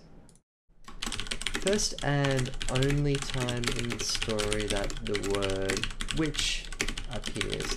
I think we've gathered as readers that this is the case beforehand. But I think that if we're going to follow a scene where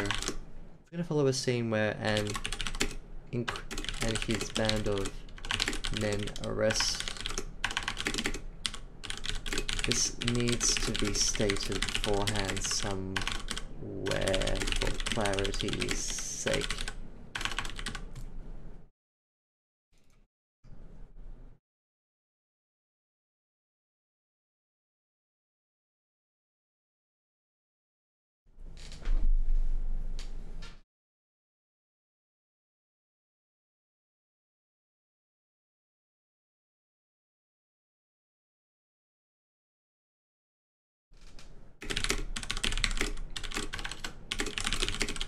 There needs to be a bit of a motion linker between here and the front of the house. When they reach the front, guards threw the parrot to the ground, and she scrambled to hold her son. No, you can't. This is too far. The Baron said nervously. He's your boy. I did nothing wantonly. The Kristen replied. Get rid of the word impatient.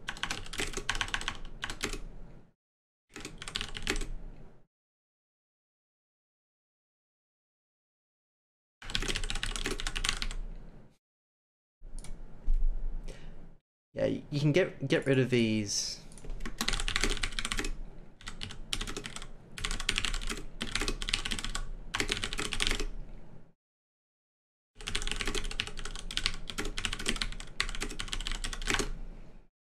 Stream down. Hit F5. TTLACC. I think I'm still going live. Let me double check. Oh, really? Oh, the stream is down.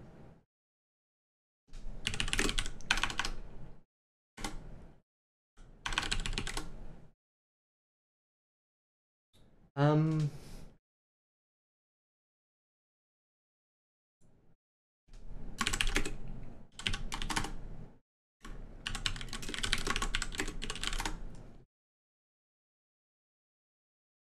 Huh. Okay, I'm back up. Weird. Isn't that strange? My video preview was down on the on Twitch's live preview panel, but OBS didn't drop. Like, I've had 0 drop frames tonight. It's been crisp. This morning for me. It's Sunday morning my time. Yeah, weird. Welcome back.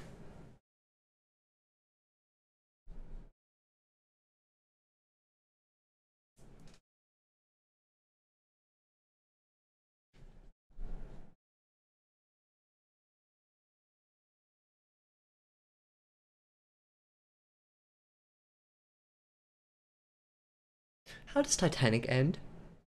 Is it when Rose says... when Jack says, "I'll never leave you, Rose," and then he leaves her? I feel like that's just what happened in our stream. I'll never leave you guys. I'll never go away. Do do do. Then he slips off the door. Yeah. Good movie.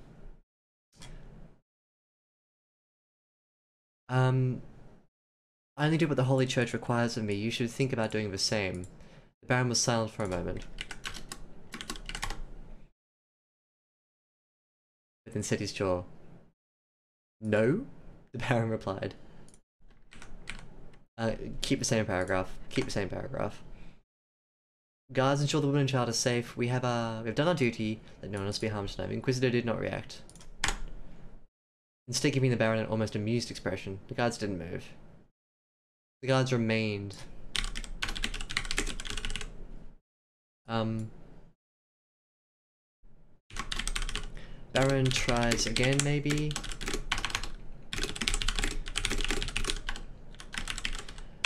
Just get him to try once more.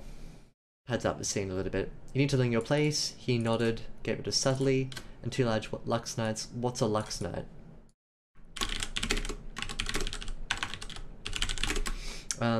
This needs to be established before.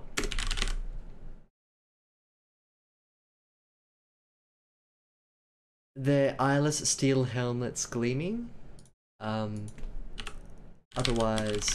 if they're not introduced before, we have to reimagine the scene to accommodate new info, like this, and it makes it messy. Makes it seem messy that way. The Baron shouted in surprise as the men overpowered him and forced him to his knees. You have created a headache for me, you know. This is the Inquisitor.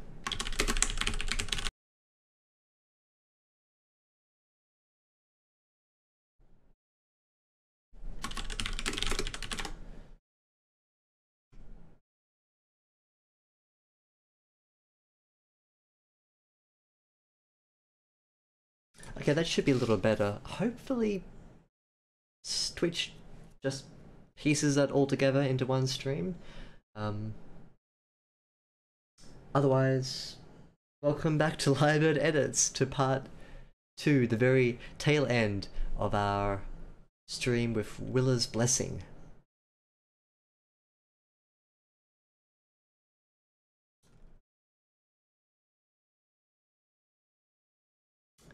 Good. Nice. Isn't it weird? You just have to press stop and start again, and it's like, oh yeah, I can stream now. It's, I don't know. OBS, the software I'm using. Or maybe it's my phone, who knows?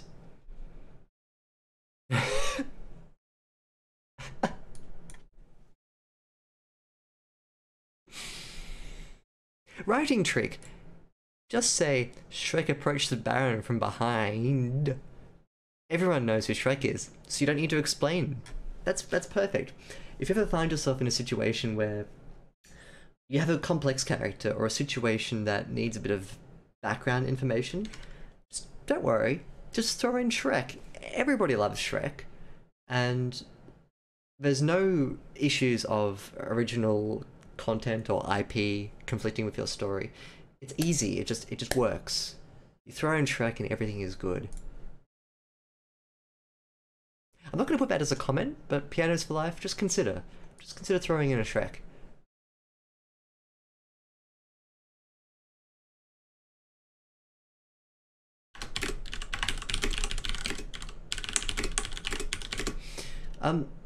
The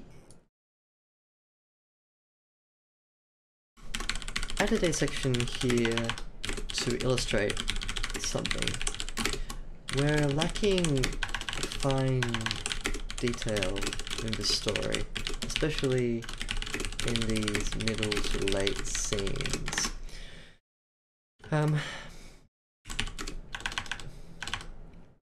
You don't need to go overboard with micro details, but add features that give life to your characters, e.g. inks, jewels, Baron's red coat. Use these to flesh out the story. That's something I've noticed about just all the writing here is very functional. Someone does this, someone does that. Someone goes out here, they're scared, they say this. That's fine, but we need a bit of glitter on the story. And just little moments like this really help that. We'll understand what this means in chapter 1, I guess. Inquisitor needs a capital I.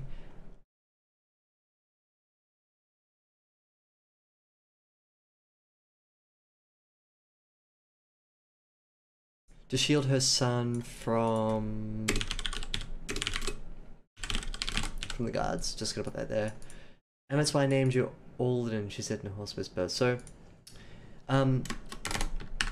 here, something needs to trigger Emma's response. Why does she start to tell the story to Alden? Maybe she's trying to calm him down, to calm herself down.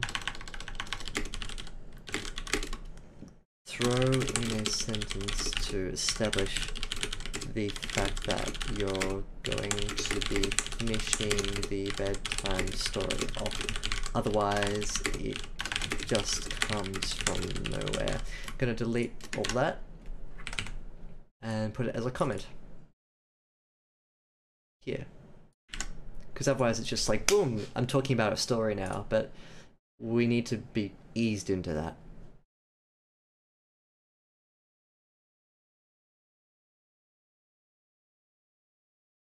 I often like saying that, don't I, to DLACC? Just need some spice. Add some spice to the story. Shrek is life, Shrek is life. Shrek is a well-known provider of love. The only way this could be a more perfect comment is if you put purveyor. I love the word purveyor. It sounds kind of wrong, but it has a good sort of, like, the purveyor of love. It's not just your regular provider or provisioner, I purvey love. Ooh, that guy's got the love. I never thought I could even have you, and yet here you are. I think this is fine. The demon stood next to her, her salvation, her tempter. Okay, good. This is where we get a sense of her connection to the demon. Can we...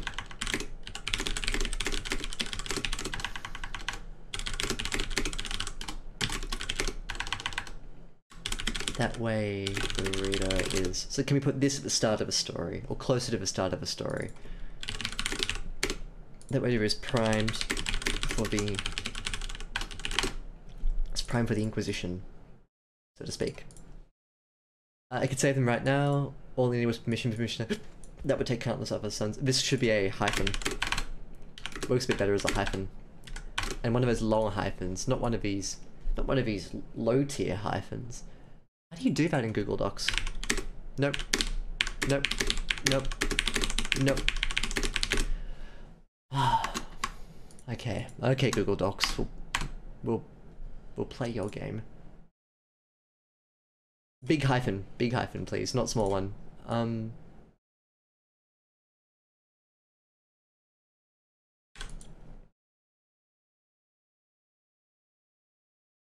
Good.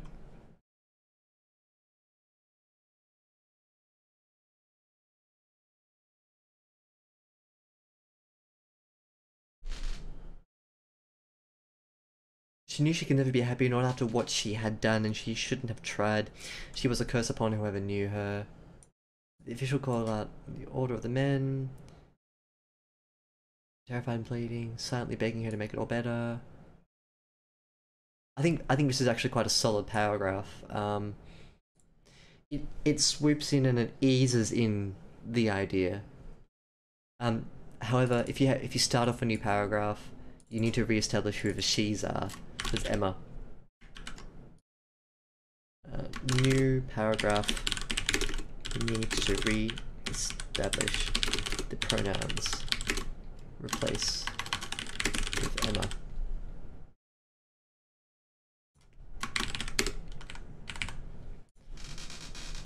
Emma. She breathes out the magic words, and then everything sort of just comes undone.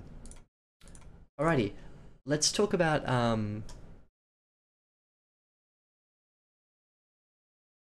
I've never seen that word before. That's crazy. Let me Google it.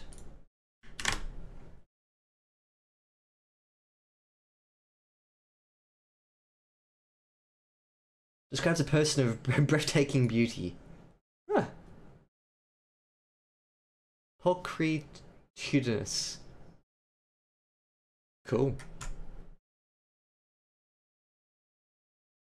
Like some D. Morning, Nightclaw Flow. Good morning to you. How you doing? Hey, it is still morning. It's 17 past 11 for me. Nice. Welcome to the stream. We're just finishing off Willa's Blessing. It's a story by Pianoz4life. And we've been doing a little edit of it. We've been going through and looking at the grammar, the structure, and the narrative. Liber, the D is silent. Liber? I guess that works.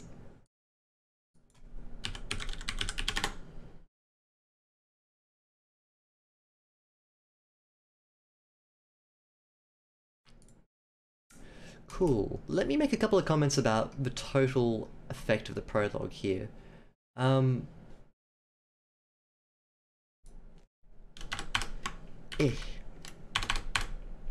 doesn't look good. Let me edit.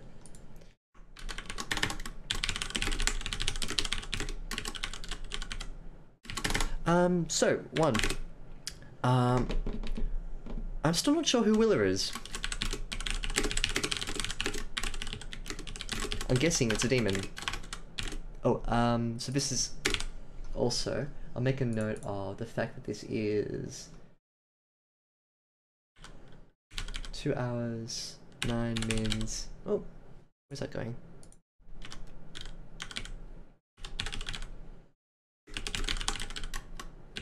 Or it's like, oh dear, my stream quality is dreadful.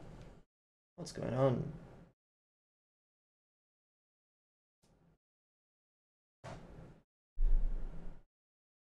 Alrighty, it's stable now. Let me know if it's ducking up and down. Or it's like 10 mins in replay. Twitch vid number 2 replay. I really hope Twitch develops a system where they recognize dropouts of streams and they just piece together their replays. Otherwise it's like, hey, you've streamed for twice in one day. Like, no, I ducked off for 5 seconds. Anyway.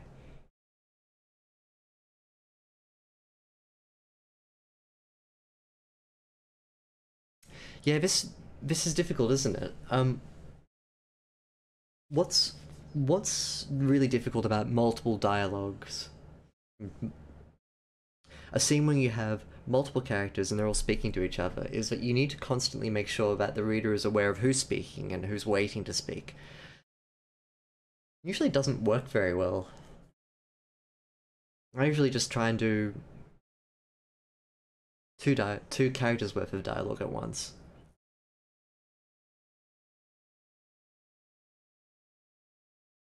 If you do have multiples, you can split them up into little pockets and make them talk to each other, or even 3 is fine. But it gets messy, and I think it's an inherent weakness in written stories, is just having lots of characters talking. Lots. So, 2 hours 9 minutes in general replay, 10 minutes in Twitch vid. Number 2. I'm not sure who Willa is, I'm guessing it's the demon, though. The general thrust of this story is that a man is protecting his partner. It's not really a wife. I don't think she's... Oh, well, they're married with a child. Given the... I'm gonna say wife, assuming that the time zone... Not time zone, time period it's set in. And he's protecting his wife.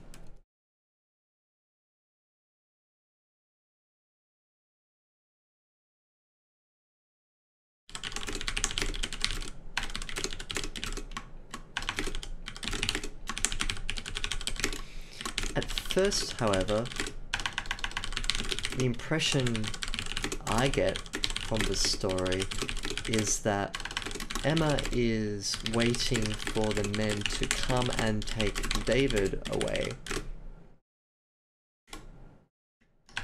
Strangely, ignore my LY. This is just me talking. This isn't. Do as I say, not what I do. But anyway, strangely, both end up being the case. We have Emma, and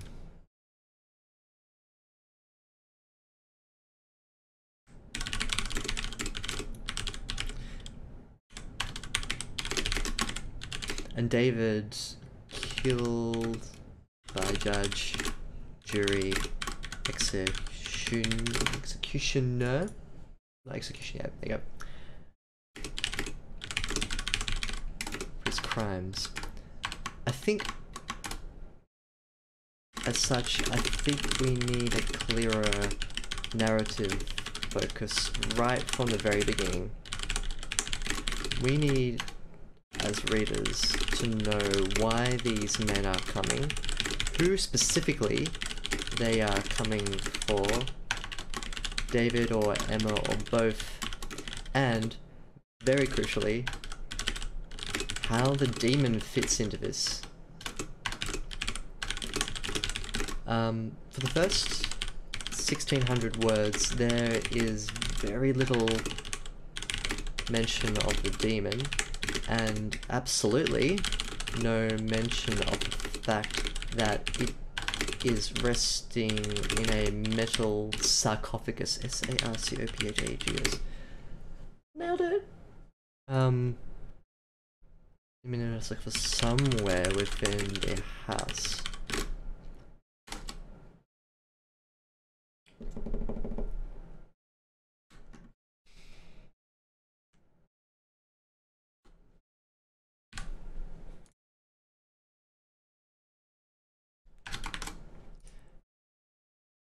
Okay, for taking quizzes. First, however, the impression I get from the story is Emma is waiting for the men to come take David away. Strange to have being the case. We have Emma Costa for which crime David killed of his crimes. We need as readers to know why these men are coming, who specifically are coming for, sorry, not coming from, David or Emma or both, and very crucially have a demon fits in That's a very important detail that comes out later on. 2. The middle section tends to be a drag a little bit. And I think it's because of the focalization issues. One scene where upstairs reading a story to Alden, and next we're downstairs and outside with David.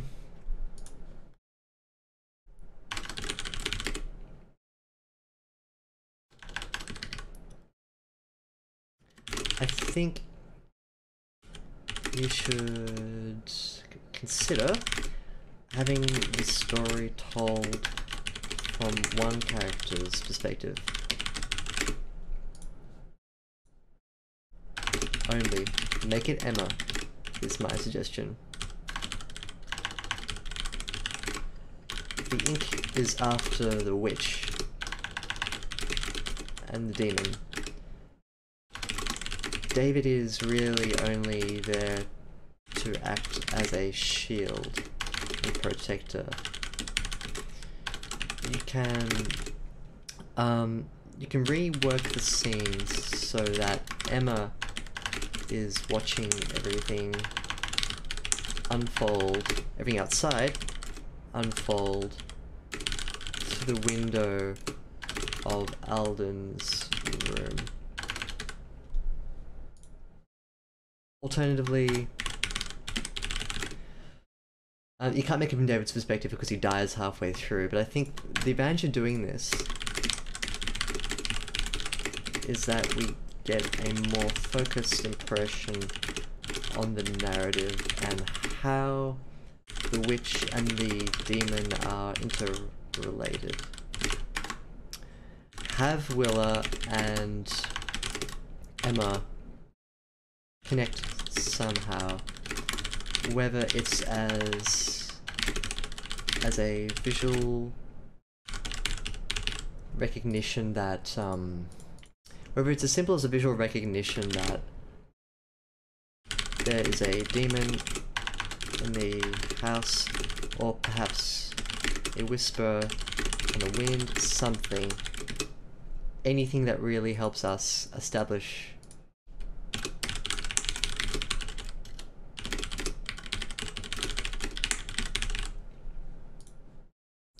what I'm going to do now is sort of like jot down what I feel is the important elements in this story. Whoops.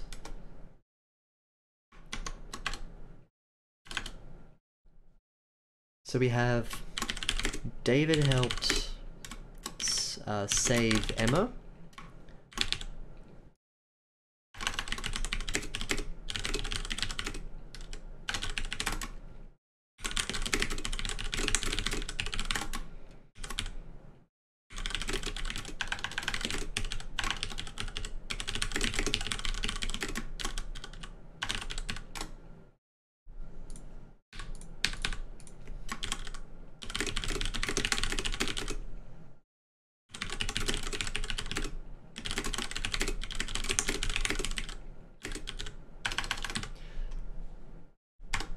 Okay, these are the elements of this story that I think work together to make a sort of concerted narrative. Let me just pop up for a tick.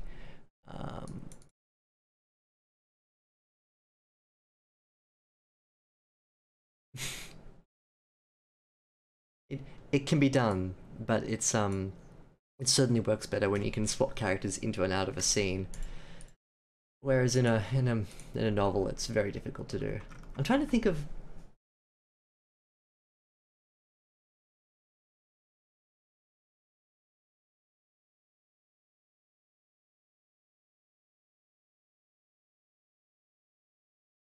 There have been a couple of scenes I've written in the past that have had multiple characters talking to each other, but it's more like a mess of conversation. It doesn't have any importance to it. Oh, we need to do this now. What do you think? What do you think? What do you think?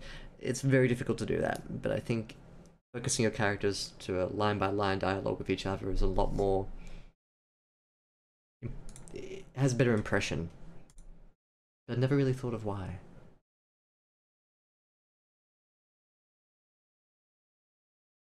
But David saved Emma. Alden is their miracle child. There's a demon in the house. There's a mean inquisitor in Palace Baron. He's been a comfort demon. So this is kind of like what we know happens, what we're left to guess at. How David saved Emma, like the actual scene-by-scene descriptions of it. How Willa is related to Emma.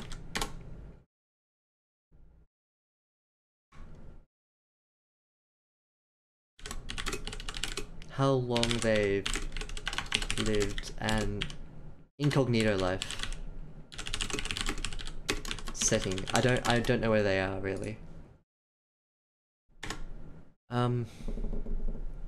What real significance Alden is.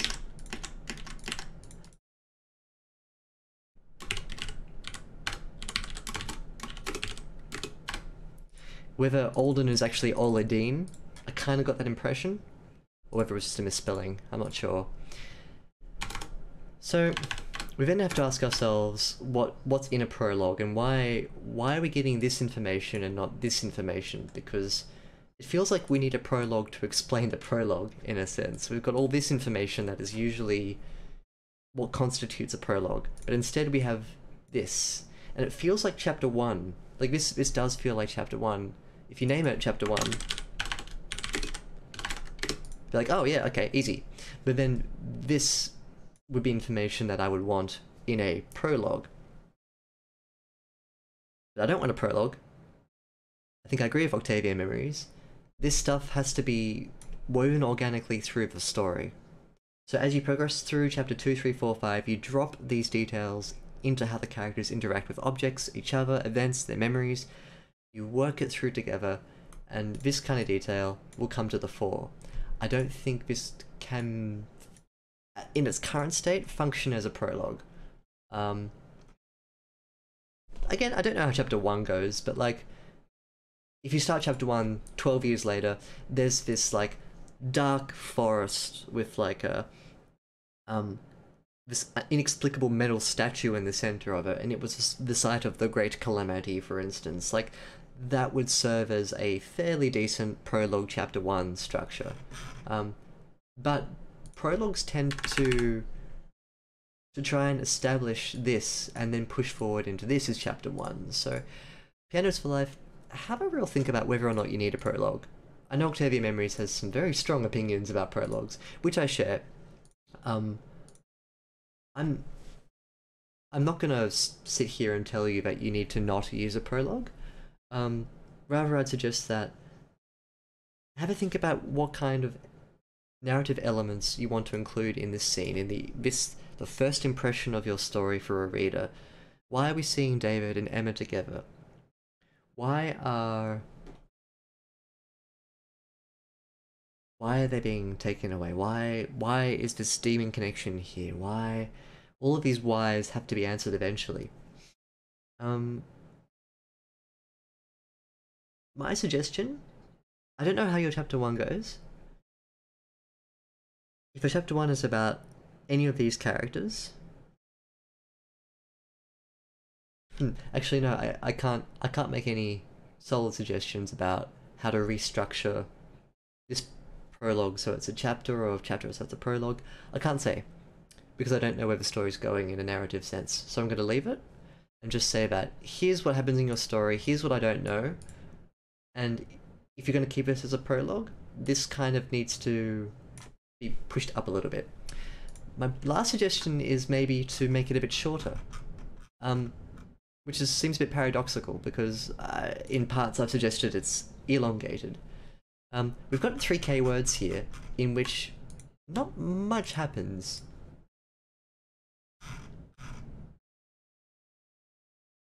The men come, they kill David, Emma's upstairs reading a bedtime story to Aldine, he gets dragged outside, and she unleashes hell on earth. They're the 5 real things that happen. Except there's the first 1600 words, which TTLACC haven't seen in this stream. It's actually a really nice establishing shot of Emma and David and how the sort of emotional relationship that they have with each other. I was really impressed by this first part. I think it's very strong. because the horses come. Emma realizes that it's like a doom clock. My judgment is here, sort of thing. And then she resigns herself to her fate. She walks upstairs and she starts talking to her son, or reciting the story to him. So I'm actually going to go back on my suggestion. Don't make this shorter. I suggest making this your chapter 1 up until like the bedtime story, and then chapter 2 can be, oh gee, I don't know. It's difficult to make those narrative suggestions because I just haven't got a grasp of where the story's going. But hopefully, pianos, you'll be able to think of how this fits in, how this one scene fits in with all the other thousands of words that will come after it. In my mind, this is a story about David and Emma and their miracle son. That's the story that we've been introduced to.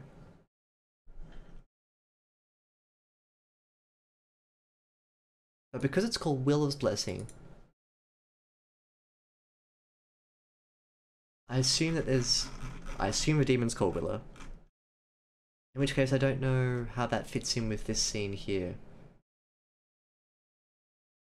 So I'm gonna call it cut on my narrative suggestions, because I just don't know. I can't make anything sensible, like a sensible suggestion out of this. So I'll leave you to decide that. Last comment about the focalization breaks. I really have to think about whether or not this needs to be told from Emma and David's perspective. If you can get away with keeping with Emma, following her upstairs, making her sit beside a window and talk to Aldine as she's looking out the window, looking down at the Baron, looking down at the Inquisitor, listening to their shouting, their conversations there. You have been charged with these crimes, but David stands still. Emma watches David as he stands defiant. That would be a much stronger piece of writing rather than having your narrative camera upstairs with Emma and Aldine, and then shoop, now we're outside. Shoop, now we're back upstairs. It's very, very disconcerting for a reader when they have to jump around physically. Really easy fix. Just keep your focus on one character. Suggestions, of course. If you feel like you want to have a mix, keep trying for it, but I think you don't gain anything from that unless you really go down deep into David's emotional state, which we didn't really do here, because he goes outside and he's like, yep, here I am. He must be pretty terrified, but we don't really get a sense of that.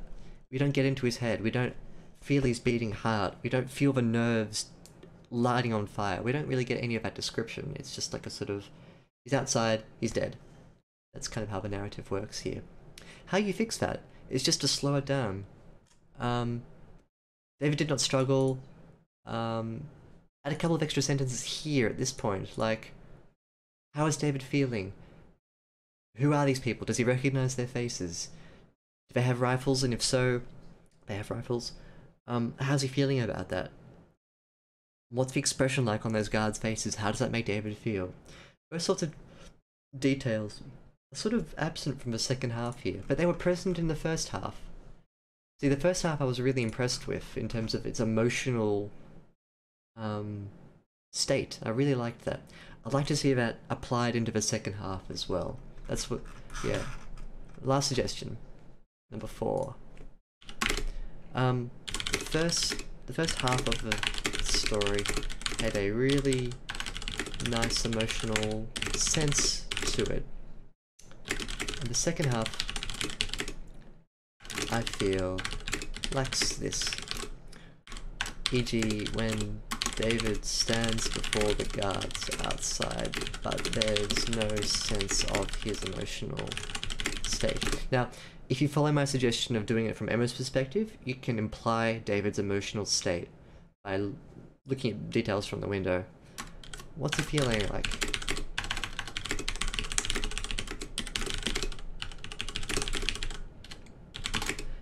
Even if we choose to tell this scene from the perspective of Emma from the window above, we can still give emotional detail and make the reader empathize. David. I think that's all I have to say. And I hope this has been useful too, this second half of the edit. All changes are saved. Pianoz4life has a link to this scene. I think we're done. I think I've given a pretty sort of fairly rambling series of suggestions there at the end, but I hope that's been really useful for Pianoz4life.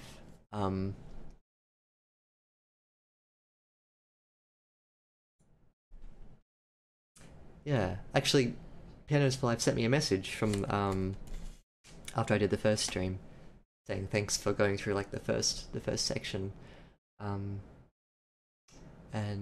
they said they found it really useful. So yay! I know I'm on the right track. I think there's a bit more of work to do here for the second half.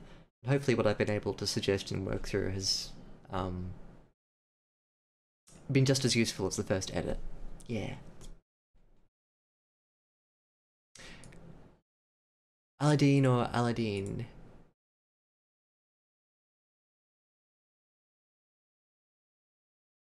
It's the same word. It's like Aladdin, isn't it, almost? What did you mean by this, TTLACC? Cool. Yeah, that's a really important thing that I like to stress. Miyazono. This one here. Don't, midway through a scene, tell us something important. Oh, hey, by the way, those guards that you saw before, yeah, they've all got rifles. If you do that, the reader, having spent 3 minutes imagining people without rifles, now has to go, okay, now they've all got rifles, and now I'm gonna have to reimagine everything with them with rifles in there. The more you do that, the more janky the story feels. It feels unsteady. It feels like you second guess yourself as a reader. You don't want to make the reader second guess their mental images. It's like introducing a character and then a couple of pages and be like, oh yeah, by the way, they're black. Whoa, okay, where did that come from? Especially if I don't have any other signifier of that too. Like, character details are important. Important character details are important. If it's important that we know that a character is X, Y, Z, wearing a red hat, of a certain race, has a parrot on their shoulder, say it when we first see them. Otherwise it's weird when we get midway through the scene. Scarface crossed the room. He'd had enough of his men's insubordination. All around him sat his faithful friends and family, and yet how faithful were they? Time and time again they'd let him down. Scaramuccio over there had, just last week, dropped his delivery again. That sort of insubordination couldn't be tolerated. Scarface walked the gentle steps over to his cousin.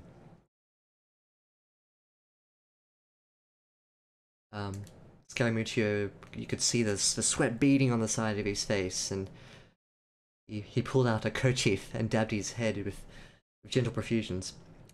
Scarface stopped behind his cousin, pulled out a cracker from his pocket, and gave it to the bird that was on on his shoulder. If you write like that, if you establish a scene and don't tell us that Scarface has a bird on his shoulder, and then midway through, bam, bird on his shoulder, it makes you just go like, wait, what? He had a bird on his shoulder all that time? Yes, he did. Don't write like that. Don't do it. It's a really simple fix. Just go through the scene, pick out the important detail, and be like, I should introduce that at the front. Easy fix. I haven't seen The Dictator.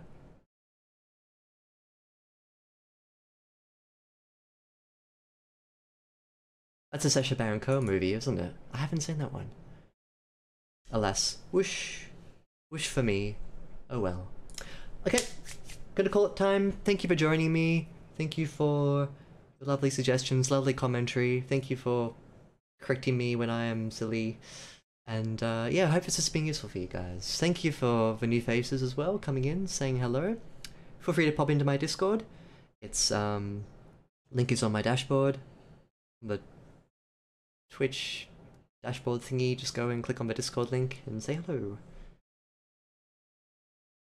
Yeah. The bed which flew onto his moment his shoulder to go super easy. Exactly, easy. But like, even then, it still needs to be established as being in the corner of the room. At the start of a scene, establish the important stuff. Alright, have a good Saturday night, guys, or Sunday morning, wherever you are. We'll catch you on Thursday.